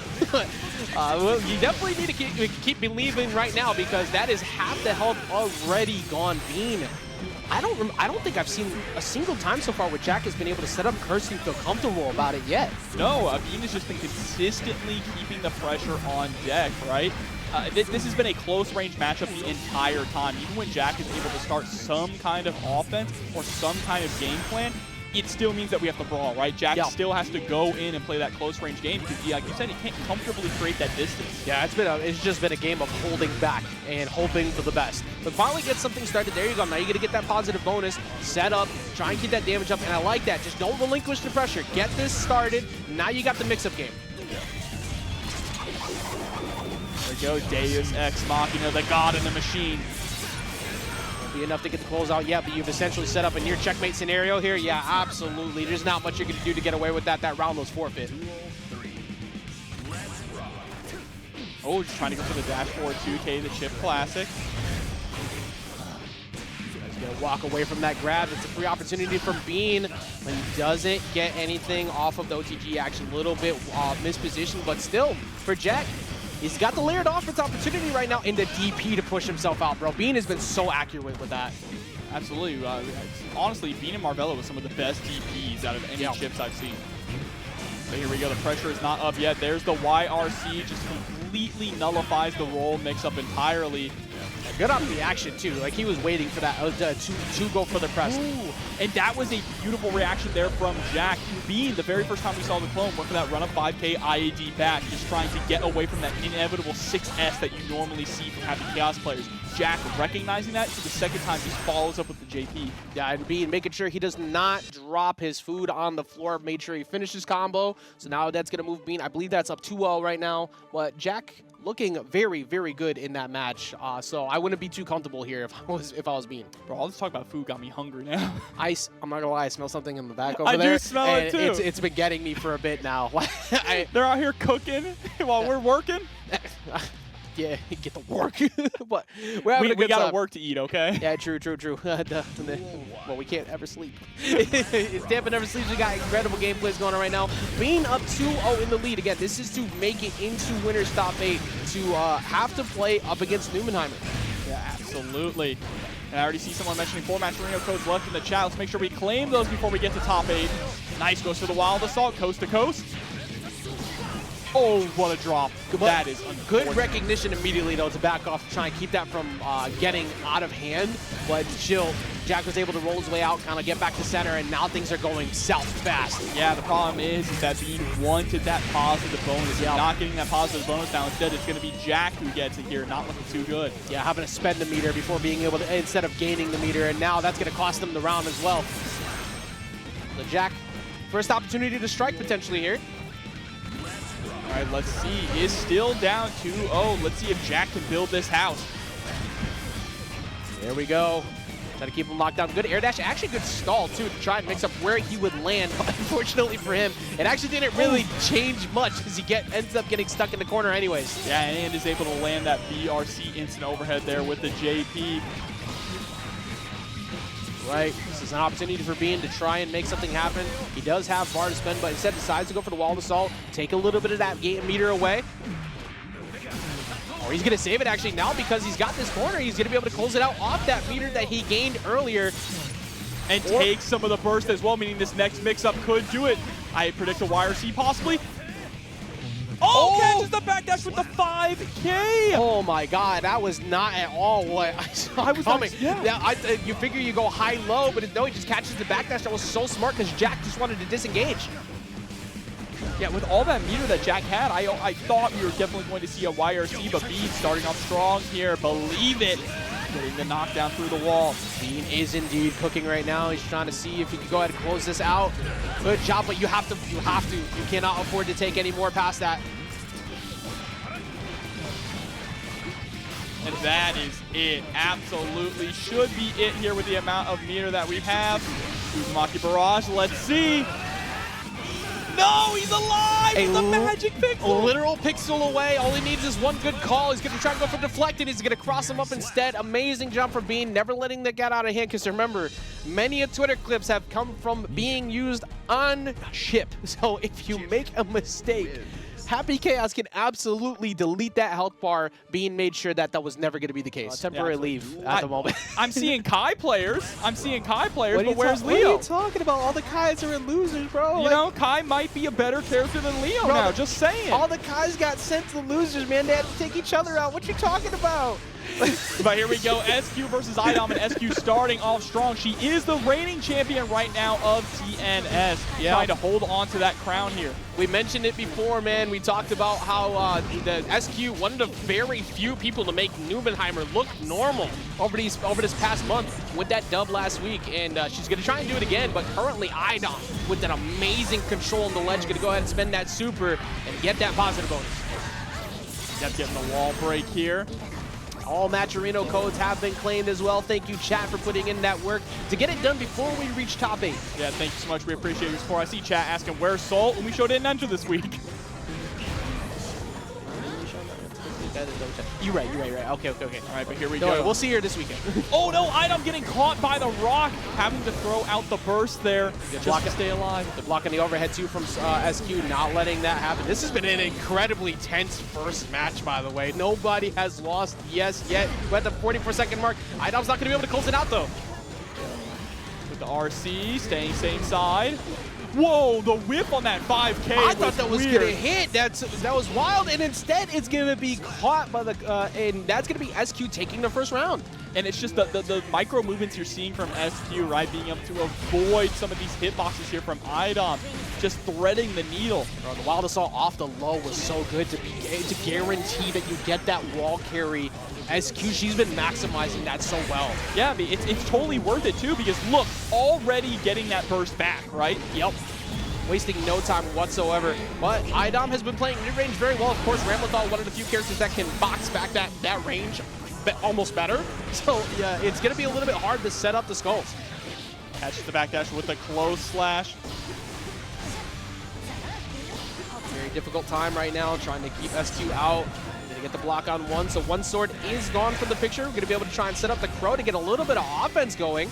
Yeah, and this matchup wasn't fun before Season 3 just because Ram could throw swords through most of Testament's, options, completely shutting down that zoning game. But also the inclusion of the rock now makes it even more annoying, right? Now, Idom has to be careful about swords and getting clipped from behind. Right now, Idom, speaking of said rocks, trying to deal with full screen, it just becomes a little bit more confusing, but he gets the jump in with Testament. That's going to put himself back. Bro, how are we still in game number 1? I know. Absolutely crazy to think about. Here we go, dash up 6B immediately into the Grave Reaper, but a nice poke back there from SQ immediately upon landing. Doesn't want to allow that Succubi to sit there for very long. Yeah, instead of that meaty fireball too, to try and hopefully make SQ pump the brakes a bit, but she does not believe in that whatsoever. 5K, gonna go ahead and sneak that hit in, while Idom, good anti-air, try and push him back. All right, gets the raw throw. Very nice, immediately into the JD. Overhead comes in that time. There was one overhead to start off the round. Nothing but lows after that point. Idom layering that offense to sneak in that last overhead at the very end to get that first round. I was about to say I need a drink of water after that one, but not on camera. Yeah, you went hot. You like hot flash for a second. It was like, oh, that was a hell of a combo there with the fast RC picking up off of the Arbiter sign. I love to see Testament cooking in Season 3. Yeah, man, and like you said before, it was definitely hard to navigate around because you have to watch out for the range of far slash, standing heavy, and the rocks now from Ram. But Idom's so used to playing that type of play style, he was able to navigate around it. Bro, are we gonna see a world where, I mean, I know it's only game 1. Yeah, but we got chill. But Nubenheimer had to deal with such an intense match with Voltiyon. Jonathan Tenney's not there. Tashi's not there. And now we're looking at this start off already with Idom. This is SQ already answering back exactly how we hope to see. But these sets have been absolutely nuts leading up to top 8. Yeah, for sure. I mean, if Idom manages to take down SQ here and get into top 8 winner side, sorry, Street Fighter players, we're claiming him. yeah, that's ours now. We're going to go ahead and see a dominant round start here, though. Not going to let any of that phase her whatsoever. 6B round start immediately, like, you're not jumping. Yeah, no, chill, stay over there. Okay. So there we go, the clash on the 6B in the JS there, immediately canceling it into the Grave Reaper. I like that we're going for these upward Grave Reapers at all, just kind of putting the threat of the teleport above you. And here we go into the Succubi Super. And again, Idom with this layered offense constantly finding his way to sneak in that overhead where he can. So far SQ hasn't been able to handle that and gets the low. That's exactly what you needed to close out that round. And able to hold on to the burst the entire time also. SQ also holding on to the burst, right? Recognizing that that round was starting to go a little south here. I'm not gonna lie, I don't know who I want to win. Like, I love watching SQ play, but Idom is making Testament look so damn good right now. That's my problem with top-level Strive, is I like all these players. So everybody has been so much fun to watch. SQ get a chunk half that health immediately, though. Oh, but the back throw. This is a great opportunity for Idom. She's going to just jump out safely, and the super delayed hit on that, too. Yeah, for sure. The burst comes out, but it does get blocked by SQ, trying to squeeze out as much damage as possible, and the windshield wipers close out the round. Great job from SQ to make sure that didn't get away, because very similar to that first game, they were very close each and every time, other than that one very dominant round from SQ to start. But Idom bringing it all the way back.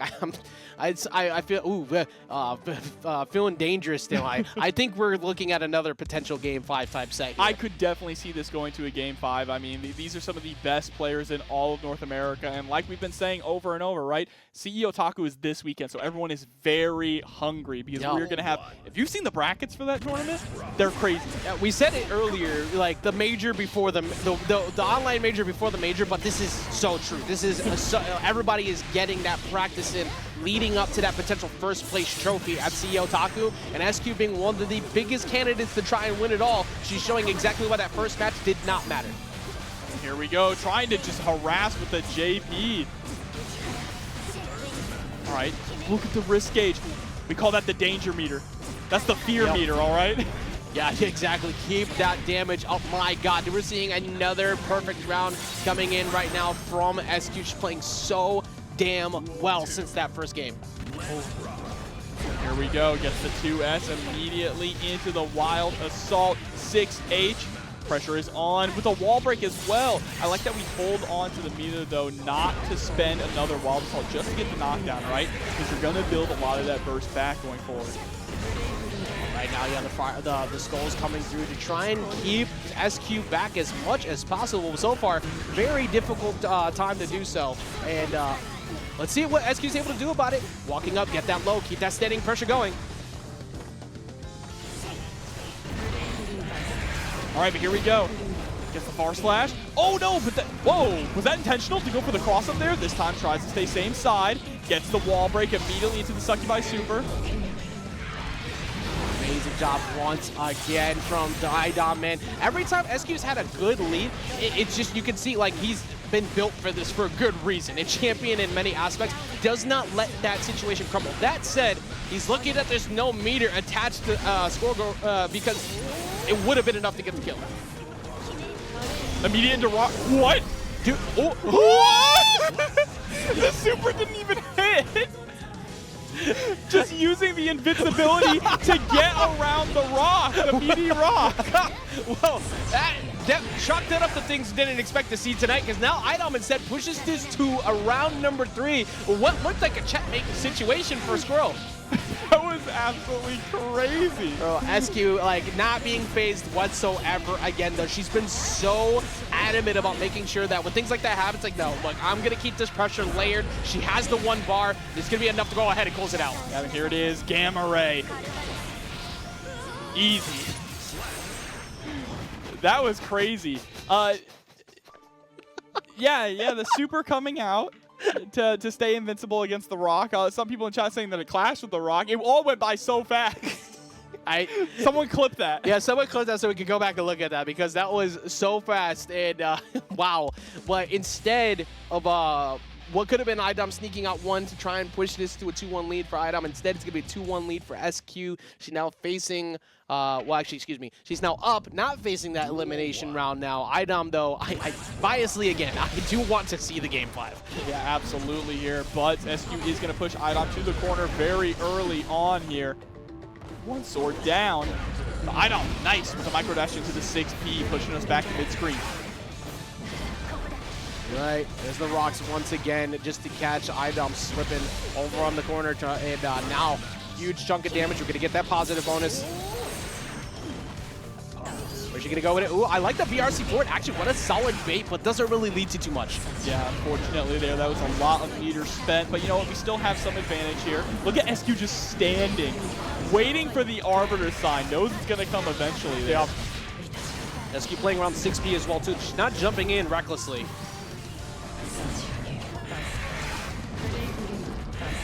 More Grave Reapers and the Unholy Divers, but we still haven't gotten anything to stick with that Stain State, and there we go. SQ now going to be sitting at set point, excuse me. I did. I'm still jumping on my words. Right there with you, man. But it's been an insane back and forth. But at the moment, SQ looking like she's trying to put a full stop to it. So we're gonna see the wild salt come in from Idom. See if he can try to take this round back. This is something we saw earlier. I can't remember who he was playing against, but when he was playing mid range for a long time, he decided to go hyper aggressive to try and shut the round. That's exactly what we're seeing now. Able to get the pickup there with the 5K into the 6H. Succubi should reach. That is a wall break, getting some extra damage as well with the Arbiter sign. Fading back. See if you can try and put yourself on the board here. This should be enough to do it. Absolutely. Idom not going to be knocked out just yet. Absolutely staying alive, trying to take this to a game 5, and I want to see it. There it is. Wild Assault immediately from the start, not able to get a full corner combo there and get a wall splat. And unfortunately going to lose the corner. What does that is a regular huge. jump? That is huge now, because that went from you potentially finding that wall break to SQ having positive bonus now. Gets the counter hit on startup. You lock down once again. 5K to try and lock him down. The block string pressure forcing the YRC out, and SQ never had to worry about it because she was already blocking that. Layered that offense so damn well to make sure she played around it. That's going to be SQ moving on into that very familiar position in the winner side of top 8. Yep. But there are a couple different targets that they have to deal with this time. Of course, being not a surprise. But here at TNS, that one we haven't seen in a little while. Yeah, Bean enters TNS here and there, right? But every time we do get to see them, it's an absolute treat, and especially up against Nubenheimer. I feel like, to me, this feels like a legendary rivalry. And you know what, and for Nubenheimer too, not only has he played this matchup a ton, but he's also coming in hot off of that Game 5 set with Voltiyon just a little while ago, so he's more warmed up to it. But Bean striking back so fast, there is no actual breathing room when you're fighting against Bean half the time anyways. It doesn't matter who you are. Yeah, absolutely not, but there is a nice YRC from Nubenheimer trying to challenge back, but Bean does not care. We're just forcing each other to spend all their resources. BRC tries to go for the Alpha Blade, throws him out of the air. Yo! What a reaction to the Alpha Blade, but he's gonna have to pop it, and he's too far away, but it doesn't matter. He still finds the hit. Bro, you can't be doing that. Game number 1. Here we go. Bro. Round 1 already starting off hot. The genius decision making to go for the Alpha Blade to make sure that he did not land on the guard break of the Blood Pop. And even with all that great decision making, while I was explaining that, Nubenheimer just murders Bean. Dude, and welcome to the life of Chipp, as that health gets absolutely demolished. Bean was able to bring that match back all the way the previous time, but this time he's not rocking the burst, so he's got to go with that layered offense. The mantra of Chipp players is live fast, live free, die hard. Yup. It's one mindset only, hold forward. The W key is in fact broken, but let's see if Bean can strike back. Instead, he's gonna have to deal with immediate 30% loss. Yeah, spends the burst, right? You have to, or you're gonna get sent through the corner and give Nubenheimer that positive bonus. Oh my god, but there it is, the Wild Assault coming through, utilizing that invincibility frames that it has towards the end, or a little bit towards halfway. Good patience from Bean to not falling for his far slash pokes to try and bait him to do something insane. Instead, Bean just finds his mark, he chunks him for half, he has 2 full bars sitting down there, so there is a lot of layered offense that could happen right now. Let's see, no YRC coming out from Nubenheimer, but about to build up that burst. Smart from Bean. Genius. This is what I'm talking about. The decision making on Bean's side with Chipp in these fast-paced moments, taking out that burst, but still, look at this. Burst is available. Yep, and the Magic Pixel commits crimes left and right. It is such a good thing for Nago, and he baits out the YRC with the backdash. What an incredible call in to teleport back to say, I know that you are scared as hell right now. I'm going to make you pay for it. Bro, what are we watching? This is the major before the major. That was exactly game what you're talking about. 1. One game. I don't think my heart can take 3 to 5 games of this. We have only just started top 8. The palpitations are going through the roof. Chat, I hope you're having a great time because there's no shot that we aren't having one as well. These have been phenomenal matches, and that was only the first game. Oh, but there we go, waking up with the Beta Blade. No fear from Bean, right? Always willing to throw out that DP. Good trade-off, too. Farslash could have tried to get a little bit more if he wanted, but instead the counter hit leads to Bean being able to push him down in the corner, and that is 2 back-to-back throws. Yeah, burst finally comes out. Nubenheimer recognizing that the life difference is not too huge, right? Can still bring this back, but here comes the super. Positive bonus now coming for Bean, which is great because even if Nubenheimer is able to bring this round back somehow, we're building up the foundation of that burst. Yeah, that's exactly what you need, and there he goes. Very excellently played from Bean once again. Now, as we have seen many times over, Nubenheimer loses a match. He gets a little bit in his feelings about it, and he proceeds to destroy you. And I'm so glad he's playing to exactly that because his health has already been destroyed. Bro, that's when Nubenheimer puts on the Berserk Bean, you know what I'm saying? It's like the Beast of Darkness coming out. He has a natural rage install. And there's the perfect immediately, just as you say it. My God. DP is going to hit round start here. Bean about to build. What? Hey, Guilty Gear, all right. Shout out to 2K. Wait, no, what? All right, well, big oof indeed, because now instead it's going to be Bean who has the positive bonus, gets the cross up, and now, bro, hey, 100% we take those. Yeah, everyone gets one. Tell him, Peter, right now. Dude, if I'm Nubenheimer, it's like, you get upset in that position for a second, but you put that in your back pocket immediately. Because it's Nago, he's got so much health, he could bring this back at any given moment. Yeah, exactly. You might get upset and then you think to yourself, wait a minute, I'm playing Nago. That's right. You die immediately to everything. Whoa. Oh, dear Did that Lord. clash with the Wild Assault, or was it the invincibility frames coming from the Wild Assault? I don't know, but he's so lucky he's so far away from him now because of that. The Wild Assault trying to find his poke in again, and it's going to be the chip damage that finishes the job. I was expecting that to be a 1-to-1 the way that was going down. But like we said before, it's Nagoriyuki. It does not matter if you sneak out in that position. You can chunk as much health as you want. If he's got a little bit left, he's going to be just fine. Yeah, and now he has that extra added layer of mix in Season 3 because that was definitely a good idea. He wasn't good enough, right, to begin with. Would you like to go low? Would you like to go high? Would you like, especially off a button that we were already pressing all the damn time? I love this game. Right now we got 2 rounds up for Nubenheimer. We talked about it before. He was able to shut down Voltiyon, being very much the same level of threat. But he's able to do it this time, at least where he's up 2-0. All right, here we go. Yeah, gets clipped by the overhead there. That is going to push Nubenheimer way deep into the blood, though.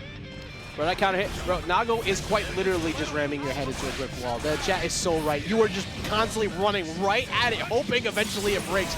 That is one way to get the break, though. That wall falling down, indeed.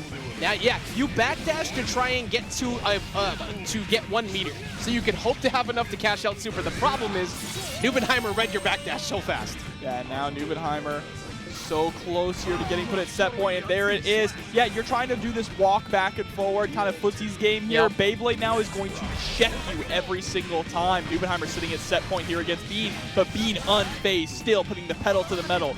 He's going to get pushed off the wall, so he's going to go ahead and find that 5K, so he's keeping it up. I like that burst right there. It's like, let me just shut this down. Oh, no, the tier DP. Oh, I got chills off of that Ajax. That could have been so much worse, too, if he didn't pop that burst, but the overhead finds its mark. He doesn't have the meter to go ahead and cash out a lot more damage, but it doesn't matter. Guts would kind of neutered a lot of damage regardless. Oh, no, 2H. Oh, God, Chopper. No. No, he had to lead. Chopper, where is it going? Gonna get the wall break here as well. Another 6H. No, we go for the Wild Assault. So smart, taking some of that burst and getting the hard knockdown from field forward. To deflect at the last second to hopefully PR sees his way back, and he has to use one more. The RC war, but it's still not over yet. There's the 2D. My God. My RC versus your RC, just RC wars back to back to back. Bro, talk about maximization of meter management. He could have lost 7 times over in that interaction, but he kept himself safe by doubling up on it, but instead, now he's taking so much more. That DP is going to be a massive punish off that full slash, and the burst does at least get him out, but he has no more chances left. Oh, and the 6P into the Beyblade. That's going to be it. Nubenheimer with the 3-0 victory over Bean in an absolute insanely fire set. said, even though it was 3-0, I saw things that I have never seen before happen. That's not in fair. Guilty Gear That's Strive. not fair that was only 3 matches. Yeah. It's the rematch of last week. SQ holding the crown for the first time over Nubenheimer, but Nubenheimer is back to try and take that back. We got the first game here. A winner's final. All right, SQ starting off with the first blood, getting the sword explosion as well. Immediately resetting into a throw. But there's the gold burst from Nubenheimer. And just like that, with a gold burst, Nubenheimer could easily turn this around. Nubenheimer very smartly waiting this out. Do not rush in recklessly, because either JS or that's going to smack you for it, and she gets a full corner carry. Oh, but what a challenge there with the 5K into the 6H. Very nice stuff from Nubenheimer, jumping straight out of the Bloodsucking Universe attempt, but still not getting away unscathed. And forced to pop the burst right there too, and is going to get caught on the Beyblade. So big opportunity here for Nubenheimer to try to close out the round, but the super reversal. Round 1 establishing that, you know what, big respect to SQ. Yeah, just sliding right on into it. Uh-oh, that is a lot of blood that we just built up there as well. Yep. But another gold burst from Nubenheimer, just 2 for 2 on the gold burst here. He is not trying to play this game of dealing with her pressure right now, but SQ doing exactly that. She has been locking him down this whole match. 5K pokes, saying, look, you can't move anywhere. Yeah, but that answer back with the 6B as well. What is this? Just walk forward, close slash, the respect being shown from SQ. I like the delays on it too, because it almost looks like Nubenheimer is looking to try and sneak that counter hit in somewhere, but she never gave it to him. Here we go, a little bit of a shimmy there as well. Slight delay to see if Nubenheimer is going to go for a throw attempt. That is an unfortunate whip there on SQ's part. That's huge. That actually can give Nubenheimer the round now, because now he's able to just run her down. Floodgates does pop directly in front of her, though. That was the perfect time to make sure that you break that, because you watch that meter go up. He was going reckless, hoping that she would make a mistake, and then it's a free opportunity to get that grab. Yeah, surprised we actually didn't even see the RC come out. I mean, not the RC, excuse me, the burst come out there either. Nubenheimer could have gone for a burst, but obviously that's a difficult place to come back from, Yeah. right? Yeah, it's going to be very difficult, and it's also going to be pretty easy to bait usually from that spot, too, because you know he wants to stop it last second. But still, it's going to be SQ who gets that first game. Yeah, looking pretty clean, all right. But, you know, that's only game number 1. Nubenheimer still has plenty of time to adapt, and here we go, jumping into game number 2. A lot of patience before that's not going to be had from Nubenheimer this time. Gets the 2S round start immediately.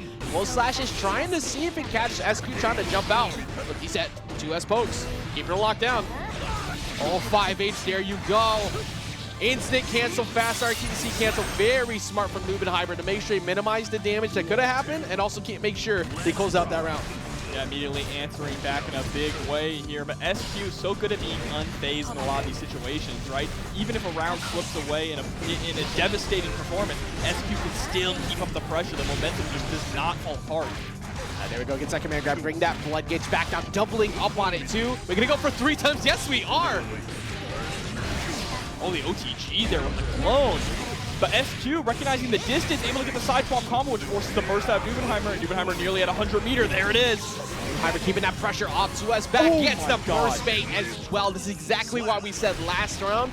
Do not feel like that's gonna matter too much, because that's just one game. Nubenheimer is going to adjust. Now the ball's back in SQ's court to try and do exactly the same thing. But what a dominant game too.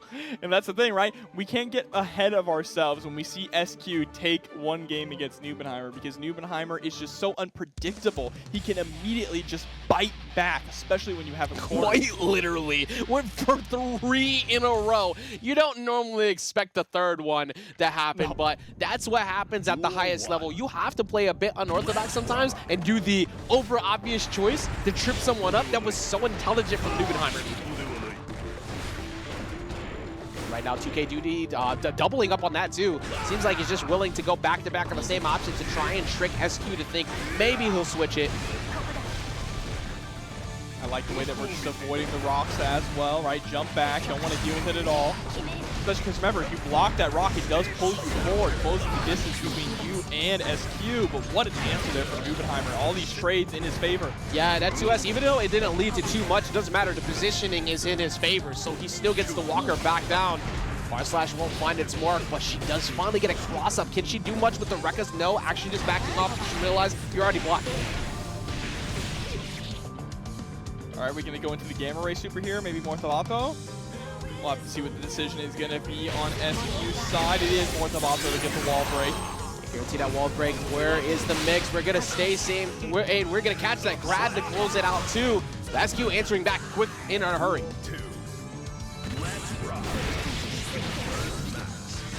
Fastest Nago combo you've ever seen. Straight to 50%. Looks like fast. That boy quick. Shout out again to the anniversary colors too. That'll look so damn cool on Nago. Oh, but gets caught by the sword. Gonna get sent through the wall here as well. Voltiyon coming through to get that positive bonus on deck. Can she finish it this time? But no, the Safe wake jump. up super. I'm pretty sure it was a safe jump. Yup. And the PRC to make sure, nope, I'm not gonna let you get a big punish out of that. I like that SQ tried to get out of dodge there, but Newbenheimer was really smart with the PRC to catch her. Still now stuck between a rock and a hard place. Yeah, be careful where you decide to burst here too, but instead we're just gonna Beyblade our way through. Not even gonna have to worry about that. Gets to keep that burst up for round 3. We go aggressive round start. Yes, we do absolutely try to go for the wildest start round, assault round start too, but SQ seeing right through it with the empty jump. Here we go, pulling out the rock once again, just to kind of pull Newbenheimer a bit out of the corner. Sometimes you see some of those messed up mix-ups coming out from Ram players when they steal the corner after that. But instead we're just going for the Rekka series here. Keep poking back as much as possible. Wild Assault is gonna get him at least something started. He's gonna get a full corner carry out of that, and this chip damage is starting to rack up. All right, fully charged dust, or excuse me, yeah, getting the fully charged dust to get the pop-up into the 6H wall break. All right, 5S, dashing in with the 5S. He's trying to close the distance there with the flip as well. Doubling back up on it, but the 6P is gonna put a full stop to that. Newbenheimer striking back, now putting himself up in a 2-1 lead. We mentioned it before. This is a rematch of last week where SQ was on the winner's side of Grand Finals because of that W over on winners, which definitely helped a ton to keep her in a safe position. If you get sent down to losers, now trying to deal with Newbenheimer twice from the winner's side is gonna be pretty tough. Gonna be absolutely a monumentous task, right, to be able to climb that mountain here. But it's not quite over yet. This could easily go to a Game 5, right? SQ has great adaptation. She's taken down Newbenheimer before. She can do it again. Round start, counter hit, Beyblade. Everything could go wrong, but one good thing that did happen was the burst ended up on the cross-up, so now SQ gets the corner, but that was for only a limited time. Rock's putting in work. He's been putting up those all night with that throw. Again, bro, Newbenheimer has absolutely no fear. Every time it's been full screen, he just does not care about rushing in. That was just unfortunate, though, because you saw SQ went up to go for the run-up throw, but was just slightly too short, allowing Newbenheimer to immediately take charge of the situation. So she can take charge of it. Oh, right, side switch with the grab. This is going to be pretty rough. But she does box her way out. Gets the back throw as well to steal the corner. Wake up 2P. Newbenheimer's been wake up buttons quite a bit. He did, like, and I kind of respect it too because you want to make sure that you're putting some fear and annoyance into SQ so she doesn't try to overpressure you. Exactly. I mean, you have to show that you have to respect my options, right? You have to keep these strings a little bit tighter. And nice with the back throw there. Actually saw the flash of the dash cancel to reacted accordingly. It goes for the burst. Newbenheimer wants to close this out right now. Yes, and he gets the 2H that he needed for it as well, and then gets the super to make sure that burst never gets to happen. That was the most optimal decision he could have picked. Literally any other choice, burst gets to go up. But instead, the super to close it out, perfectly executed by Newbenheimer. Going to play out with that, of course, because she does want to go to the air more, which means if she does get shot in the air, that's an even bigger reward for Jack. Well, this is the final 4 of the night, everyone. Everybody from this point forward faces elimination. So you have to be able to get every single win you can. That's going to be on Rat or Jack to try and make sure they can make that run forward. A lot of the best tournament runs have usually begun from this point. Absolutely. It's the gauntlet from here on out. You see after the YRC, Rat immediately going for that 6H, trying to get the mortal counter there on Jack. Jack does have her set up for a moment. He's going to go to get the throw, trying to jump his way in. But this is where things start to get rough. The layered offense stays. Good blocks on the shots, but you're going to be able to block one more time. That meter is all gone, and the tap dust is going to finish it. Yeah, pretty solid round there from Jack as well.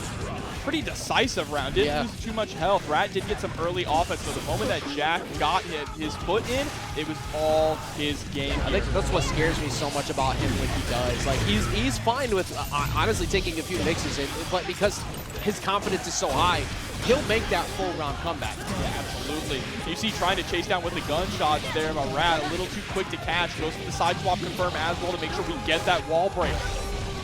Fully charged there with the Wild Assault 2 to take as much burst as we possibly can. Prime opportunity, yeah, go in immediately with the Blood Moon and no shot to be able to try and get a YRC to block pressure. You just end up getting caught by the overhead right away. Well, that's an unblockable. Yeah, truly, I can't remember who said it earlier, but yeah, Millia sometimes feel like an unblockable. Oh, but that burst is actually going to allow Rat to gain the corner positioning here. Got Rat up against the ropes. Burst is still available, but instead we just go for the wall slump there. Yeah, I like that too, because you try to force that burst to come out at some point. We're going to dance that's knocking it right now to chunk as much health as possible. Oh my God. One mistake away. Jack takes game number 1. Oh, and gets the BRC overhead as well. Blowing in the way, but we talked about it before, the air gameplay that she can have. This is a big opportunity for Rat to actually take this back. There is a bar attached, so you get one more mix, and that's going to take the round as long as you do not drop this, and that's exactly what's going to happen. I don't think so. He's going to live. Remember, this super sucks. That's right. Worst super in the game. And the burst on the moon, that was the single shot. He bet it all on the moon. Oh my God. Yep, now hold this zoning. There's so much meter available too, but the BRC come forward. Oh, and the Bad Moon is able to do it. Bad Moon with no meter to back it up. It was all banked on that Ajax. If that was blocked, Rat was dead. Dude, I literally can't believe that Rat just won that. Like, I actually am very shocked. You were full screen, positive bonus, happy chaos on the other side. That mini game is the worst to try and play around, but he somehow did it. And like you said, if that Bad Moon is blocked, it's over. It is very punishable. But instead, just believed in it. And we're going to see Rat go up first game. That's the thing about Rat. He is always willing to go for those situations. It's what separates him from all the other Millia players in North America. It's phenomenal to watch. You finally see a mistake, but honestly, you get that burst out immediately. Don't relinquish your turn. Keep him locked down in the corner. Big counter hit, though. And gets the side swap behind the back with the gunshot here into the Deus Ex Machina. Reload the bullets. And a solid 60+% off of one singular rounded counter hit that you made a mistake on, and Jack is going to make sure that that mistake is completely paid for as he takes game number 1. Oh, come on. He says, you got to watch the movie. I was wondering, I was like, well, is he going to finish it? He's taking a second here, but there it is. It's going to be the super to close it out. What's the answer back from Rat? The answer is to get punched directly in the face. Good lows. Look for the cross up. Crosses back up to the other side, but Jack not really taking too much damage from that. Yep, reloading those bullets as well. Just goes for the run-up throw. Immediately into the same side, just safe jump. I'm really liking the way Jat's defense has been so far when Rat has been layering it, but here is the issue. You make one mistake in front of him, he gets a full wall carry. Won't be enough to get the kill just yet, though. Just needs to find that one more touch, right? Anything can do it, including the 5D. Fakes out, and I love Rat going for the deep like shield there, recognizing, all right, I'm about to get put in a 50-50 situation. I just don't want to block it. And the Cursor Raw, indeed, not the Cursor Raws in chat already, bro. Coming through, it's gonna be enough. Like you said, once you see that curse come through, you will be seeing not necessarily Raw, you'll be seeing Anubis as the death is inbound. The thing is, Ajax, I don't understand, chat. They're saying Happy Chaos, Curse of Raw. Are they cursing Happy Chaos, or is Happy Chaos giving the Curse of Raw to Rat? Yeah, I think it's supposed to be the other way around. I don't even think chat knows, right? They're just throwing out curses without even knowing who they're cursing. Bro, I can't remember who said it recently. It was like, none of y'all speak Egyptian, all right? Like, you don't even know what's going on in there, okay? But I'm pretty sure you're supposed to have it the other way around. Flip it! All right. But Jack is currently evening up the set. Remember, these are all best of 5, so it is a best of 3 finish from this point forward. You want that 2-1 lead, though. You want that confidence boost. Absolutely.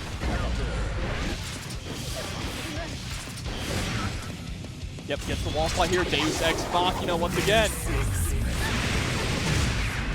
All right, here we go. One more mix-up for your life. block for game. It's going to be hard to navigate around, yes. Just block this casual. Oh, man, and it's for Rat, too. Rat has been able to adapt past these points pretty quickly, usually going hyper aggro, which is happening exactly as we expected. But almost every other time that he's lost those rounds is because the burst or something would side switch him while he had the pressure. That time, no burst, didn't have to worry about that. Exactly. The burst being your own worst enemy. Who would have thought, right? But here we go, 2K2D tries to go for the Goomba stop there, but is able to get the low. And I also think a big thing here, too, is that Rat needs to get that early momentum or get momentum after a burst and then close things out, because once Jack starts to get going, Rat hasn't been able to stop him. Yeah, that has been a big key factor. But finally, a side switch for Rat. It's a huge opportunity right now, making sure to layer it. That way, when the super does go off on the new string, it should be enough, and that time it will actually be enough to get the round. I know all of the left and bro, I'm a Smash caster. I know the left and Mega War. I'm not. It was funny. That's all you gotta know. But actually, funny enough, it was at Evo. It wasn't. Okay. It wasn't actually for Smash. But right now, this is looking like a round to be lost. Fresh Jack's gonna go ahead and pop the super. This should be enough to take it, or maybe a pixel. No, it's just gonna be a little bit left. And immediately, just pulling out the gun. There's the burst from Rat. Last-ditch effort here to try and get something started. But here's the throw immediately into the disc. Ooh, where do you think you're jumping out? Nowhere to be found. The burst is still available for Jack, so he's able to get out of that corner situation if he really wants to. Bro, like, so fuzzy. It's so difficult to deal with. It's so difficult to deal with. It doesn't matter who you are. Trying to react to that shot last second is so rough. What Jack is going to move out. What was that? I believe that's 2-1 now. Yep, 2-1 in Jack's favor here, so threatening to eliminate Rat from the bracket here and moving on to face SQ. We'll have to see, though. Something I just noticed. We're only $2 away, $1.30 away from $100 in that Matcherino. We could hit that triple-digit mark if somebody would go ahead and hit that exclamation code Matcherino. Go in there, drop just a little bit. Appreciate it. Also, again, every little bit counts. Try to get to that triple digits, as we are currently looking at what is potentially a 3-1 lead to try for Jack to try and take it off. All right, here we go. Gets the draw. Goes for the empty low this time, but charges up the wall assault a little too long, allowing Rat to pop off the wall. This is a good opportunity. Doubling up on the bad moon, too, trying to trip up Jack with the double overhead. However, the problem was the second one led to a massive amount of damage, and that wild salt again, once again, to remove that burst from being a factor. All right, 2K2D set up the disc, gets the swap onto the other side. What defense? Wow, Jack tried to weather that storm as long as possible, but the bad move finally coming out. It's a big opportunity for Millia to close, and just goes right in, sliding into the DMs. I think that's the first time we've seen off the wall break that be an option. Yeah, I like that option too, especially when Jack didn't have any bullets left as well, right? Does it again here at round start, though, and it works out a second time. Let's see if you can go burr one more time. Maybe see if you can get that, but tap, dust, immediate break. Yeah, you want to make sure you pop that burst right away. Don't let that become a big problem. Just smacking down all the boys. Here we go, good reversal. Not the Walmart stun dipper. We have stun dipper at home. I bought that stun dipper at the flea market, bro. Uh-oh, looks like we're about to get set. No, we don't get set through the wall. Instead, we just try to go for a reset here, but nice. There's the 2P press out along with James Evans coming through with a $5 contribution to the Matcherino. Thank you so much. Bringing us over that triple digit, so we might see a third digit attached to Jack's name pretty soon. He's able to catch up, but these trades do work in favor of Rat. YRC is not going to get punished. That is a prime position that Rat had for a moment, but instead, Jack now has a full screen. Oh, wait! Oh, we went for the run to try and bait out the burst. That was so close to Rat sneaking his way back in to try and take him, but now Rat facing set elimination point.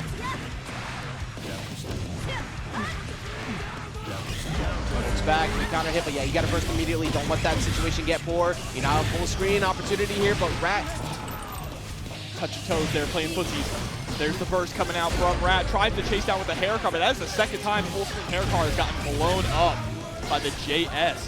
Just think about that again, and the jump throw too. Rat is feeling himself, excuse me, Jack is feeling himself in that situation. That's exactly what happened. The moment that that jump called out, it was kind of over. And now Jack gets to keep that run alive. He had to make that reverse 3-0. You're correct. Yes, yeah, that was the big moment. We thought Numenheimer, yeah, Voltiyon almost putting Numenheimer in, loses. Actually, there's a potential rematch as well because I forgot about that Numenheimer Rat matchup we saw earlier too. That's actually who put Rat and losers in the first place. Right. Numenheimer's actually been forced into a lot of Game 5s tonight, but he's been making it work. Looking more and more human as these players level up in Season 3. Here we go, SQ getting that early lead and still maintaining the corner. Get that knockdown. SQ, again, we talked about before, only losing to that of the champ himself, but SQ is the last week's champion, so she's trying to make sure that that is a repeat performance. Like this wall setup, make sure you keep him out. And the quick reaction to the jump and getting the side switch out of that, so you cannot have asked for anything better. There we go, getting the hard knockdown, positive bonus as well. Gonna get just the tip of that burst back here. Things looking pretty good on Jack's side, and immediately spends the burst, right? Does not want to give up that round to SQ. Trying to see if she can finish it out right now. Jack, oh, is going to get the tap dust. That shit pulls out the round as long as we get the wall carry, but actually wasn't far enough. So that does give SQ an opportunity. The whip grab, though, is going to get blown up. Yeah, and there we go. First blood is going to Jack here. Again, this is game number 1. He's got Crawl playing, trying to power up, gets the gunshot, going to get the full corner carry with this as well. Exactly what Jack wants in this position. Gonna go ahead and take away a little bit more of that, but also more than half health already chucked. This is a massive hill to climb. The roll through to get the cross up as well. Jack is holding forward. He does not want to stop keeping the pressure up. Here we go, misses the 2S. That would have been the end of the round there if we could have scored that. But it is 2K2D, pulls out the strap, and there it is. Jack taking game number 1 here in our losers finals. Jack wasting no time. Of course, with losing the previous match, SQ did have to wait a round to have to play next. But Jack running off that last match against Millia, it was high octane, yeah, and he just looks like he's like, nah, this is still going. Exactly, when you have that pendulum swinging in your favor, especially in a game like Guilty Gear Strive, I feel like this game is so heavily momentum-based compared to a lot of other fighting games out at the moment, right? Yep. Especially now with the new mechanics where if you get that wall break, you're building back burst, you're building your meter, everything like that. It really can just turn into a snowball effect. Yeah, with the game that now has become significantly more aggressive, it's hard to keep that stamina. Like long bracket runs is very difficult to hold on to, and SQ currently dealing with just a massive monument of pressure from Jack. It has been relentless. Got another Deus Ex Machina here to break the wall. Not looking too good for our hero SQ. She's got to block this incoming pressure. SQ getting pretty much, yeah, that is a very near checkmate scenario. Even if you block that, that meter is continuing to chip away, and you're only going to get chipped out at some point. Yeah, absolutely. And Jack not having to spend burst at all in that. Luckily for SQ, still able to maintain a lot of that burst gauge here going into the next round. Did have a good air-to-air at the moment, but Jack was not having anything to do with that. Burst is on deck, but honestly, Jack's just making sure that it's minimized attempts to try and use it. He's going to keep keeping it burst safe pretty much from this point forward. Oh, but we go for the wall break anyway. I think the thing there is we want the positive bonus, right? We want to build back as much as we possibly can along with the burst here. Very good point. What prime damage opportunity for SQ, now bringing that back and also getting her own meter gain. So even though that YRC did happen, SQ now has her own potential for defensive, which we're going to see right there. Oh, but misses the 2H. If that 2H would have picked up, we would have been able to close up this round. Here we go for the command roll through into the RC. While the Sultan takes him the burst away, so smart in the gunshot right on the final hit. I was actually waiting to watch, like, where is the burst going to be in the string, because you have to keep it so airtight. But the Wild Assault actually removing that from the picture in the first place, that was really smart from Jack to make sure that there is no emergency escape button you could press. Yeah, not at all. And that means now that Jack is up 2-0 here against SQ, last week's champion. We might see a very rare occurrence of a 3-0 tonight. It has only been game 4 or 5s for the most part, other than the very beginning of tonight. And Jack looking like that might be the case here, as SQ has been struggling to figure this out. Here we go, getting a throw to start things off now. SQ just being a little bit patient on the approach. Gets the full confirm off of the rock. Thank you, Dwayne Johnson. Why not got me so bad? It's because it's almost 12:30, that's why. Yeah, you're right.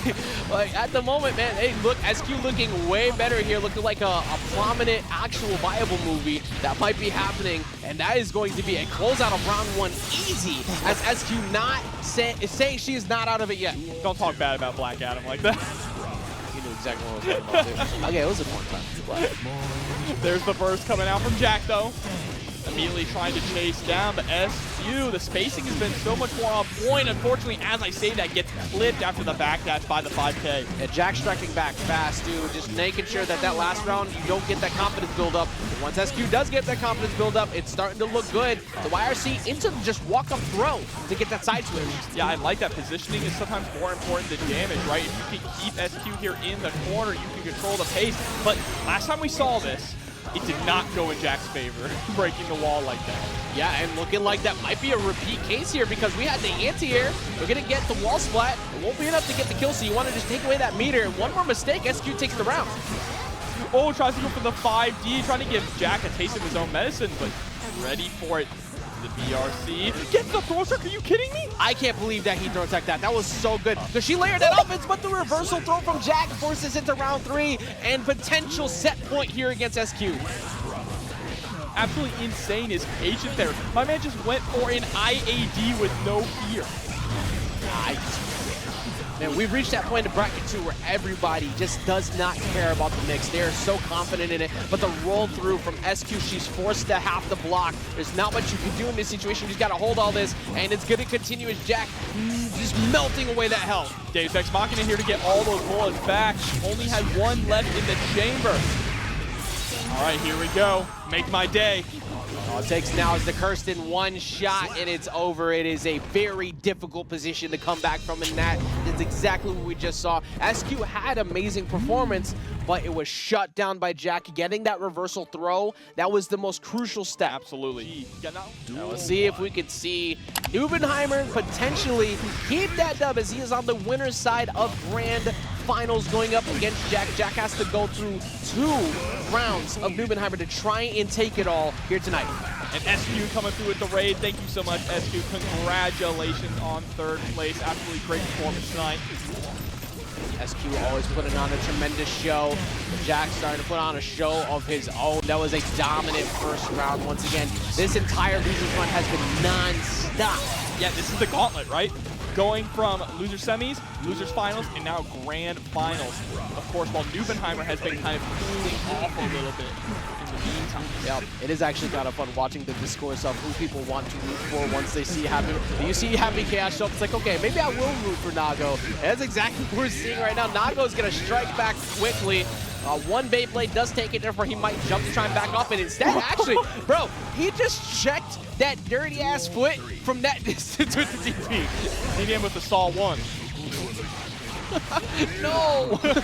Oh, no. He didn't even get away either, just like that round 1, and it looks like that's going to continue here as Jigsaw Puzzle is coming for us with this full picture that we're seeing right now. Man, Nubenheimer has woke up. It's like, you got your 1. You got your 1. It's now over.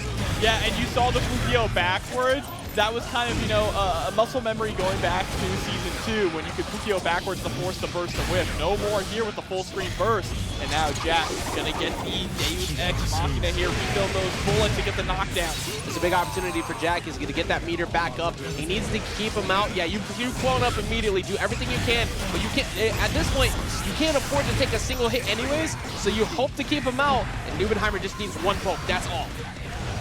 Oh, and if that was blocked, he was going to pop, too. Yep. The way that it's coming down to the wire in so many of these different matches where players are throwing out these Hail Mary options where, okay, if this doesn't work, I'm dead. Yeah. But it works. It's just that decision-making is so insane to me. That's those moves where people are like, man, that wouldn't have hit. That was me. Yeah, because you didn't have the same confidence they have. Like, sometimes you just got to go for it. There's no real other way to put it. You believe hard enough in your option, and sometimes it's a layered condition that happens. That, however, was the first time we've seen that Beyblade. And like you said, it was about to pop. Nubenheimer is just so confident, though.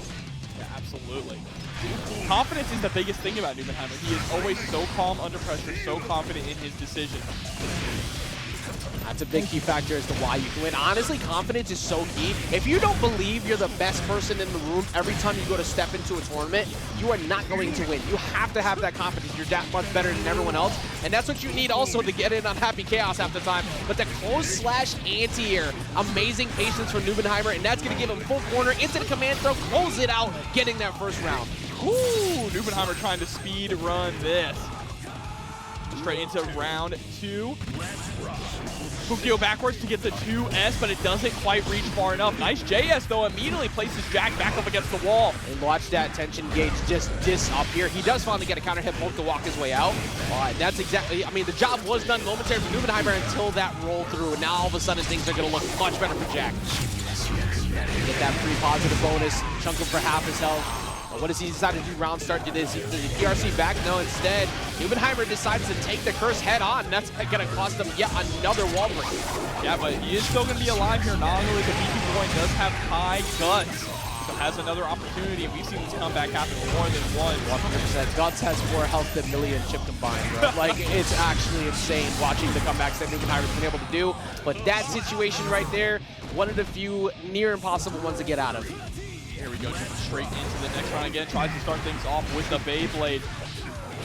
Look at him just checking with the 2P. No fear at all. There's the gold burst here. That's huge for Jack. Gonna be able to build up a lot of meter and burst in the meantime.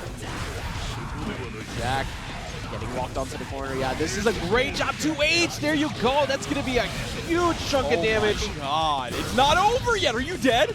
Bro, he's dead off of one anti-air 2H. That's actually how the SQ match ended before, too. Like, the confidence that you need, and also it's not that punishable from that range either. So, Nubenheimer moving up. 2-0? Bro, every time I see a 2H from Nago, I just think of Slayer 6P. Slayer 6P saying, go forward, my son. Bro, not the great googly moogly, bro. Googly moogly, bro. My God. We're out here on PBS hours. It's the last match, potentially, of the night. 2-0, currently in the lead for Nubenheimer if he's able to shut it down and take Jack out. Yeah, Jack has to make a reverse 3-0 against Nubenheimer. That's going to be really difficult here, but he's off to a good start with the Deus Ex Machina, already putting Nubenheimer underneath half life without taking a single lick of damage. That's exactly what you want to see if you're Jack. You want to make sure that you're stuffing out any level of confidence Nubenheimer can have. But yeah, he's going to pop everything, go full install mode. Let's see if he can try and close it out. YRC comes out. The slow walk forward into close slash there from Nubenheimer scares me every single time, but there's the backdash on the bite attempt, and that's going to be a round for Jack. It's crazy because after that reversal throw, I actually feared so much more for Jack. I was like, yeah, technically Nubenheimer has a really good lead potential right now, but that he got his first strike on the board, and he's starting off the round yet again very strong. Yeah, hard knockdown. Good blocks on the roll through. Big counter hit. He already has one bar available to him, so he's going to keep him locked down, but the burst is gone. Doesn't matter. He's got 2 bars available, so he can YRC his way out if he wants. It's going to be 1. Does he have to do it again? You know, that counter hit Beyblade combo didn't do as much damage as I was expecting. I thought it was going to be way worse. I definitely thought it was going to be a lot more, too. Here we go. Stuffs the clone, but still able to recover in time to block the gunshot. Big opportunity for Jack right here, but I like that. Just burst on the empty jump. Make sure you get your separation. That 2S. He's gonna get the chase down. One more poke and that's it. Oh no, but you're sent full screen. Oh, the Fukio Beyblade! What full screen? What full screen? I ain't scared of nothing, bro. I'ma leap in. That's a whole jump scare and a half, and now Nubenheimer set point. Ooh, and I think Nubenheimer is trying to go for an air throw there and accidentally got the deflect shield.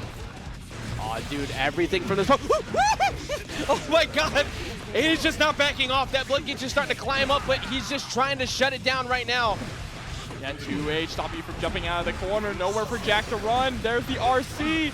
Time to guess. Bro, he said, screw needing to worry about having to pop. It's time for you to figure it out. And Nubenheimer returning to the throne he has been living at for quite a while, getting that championship back. And Nubenheimer is going to take your TNS number 93.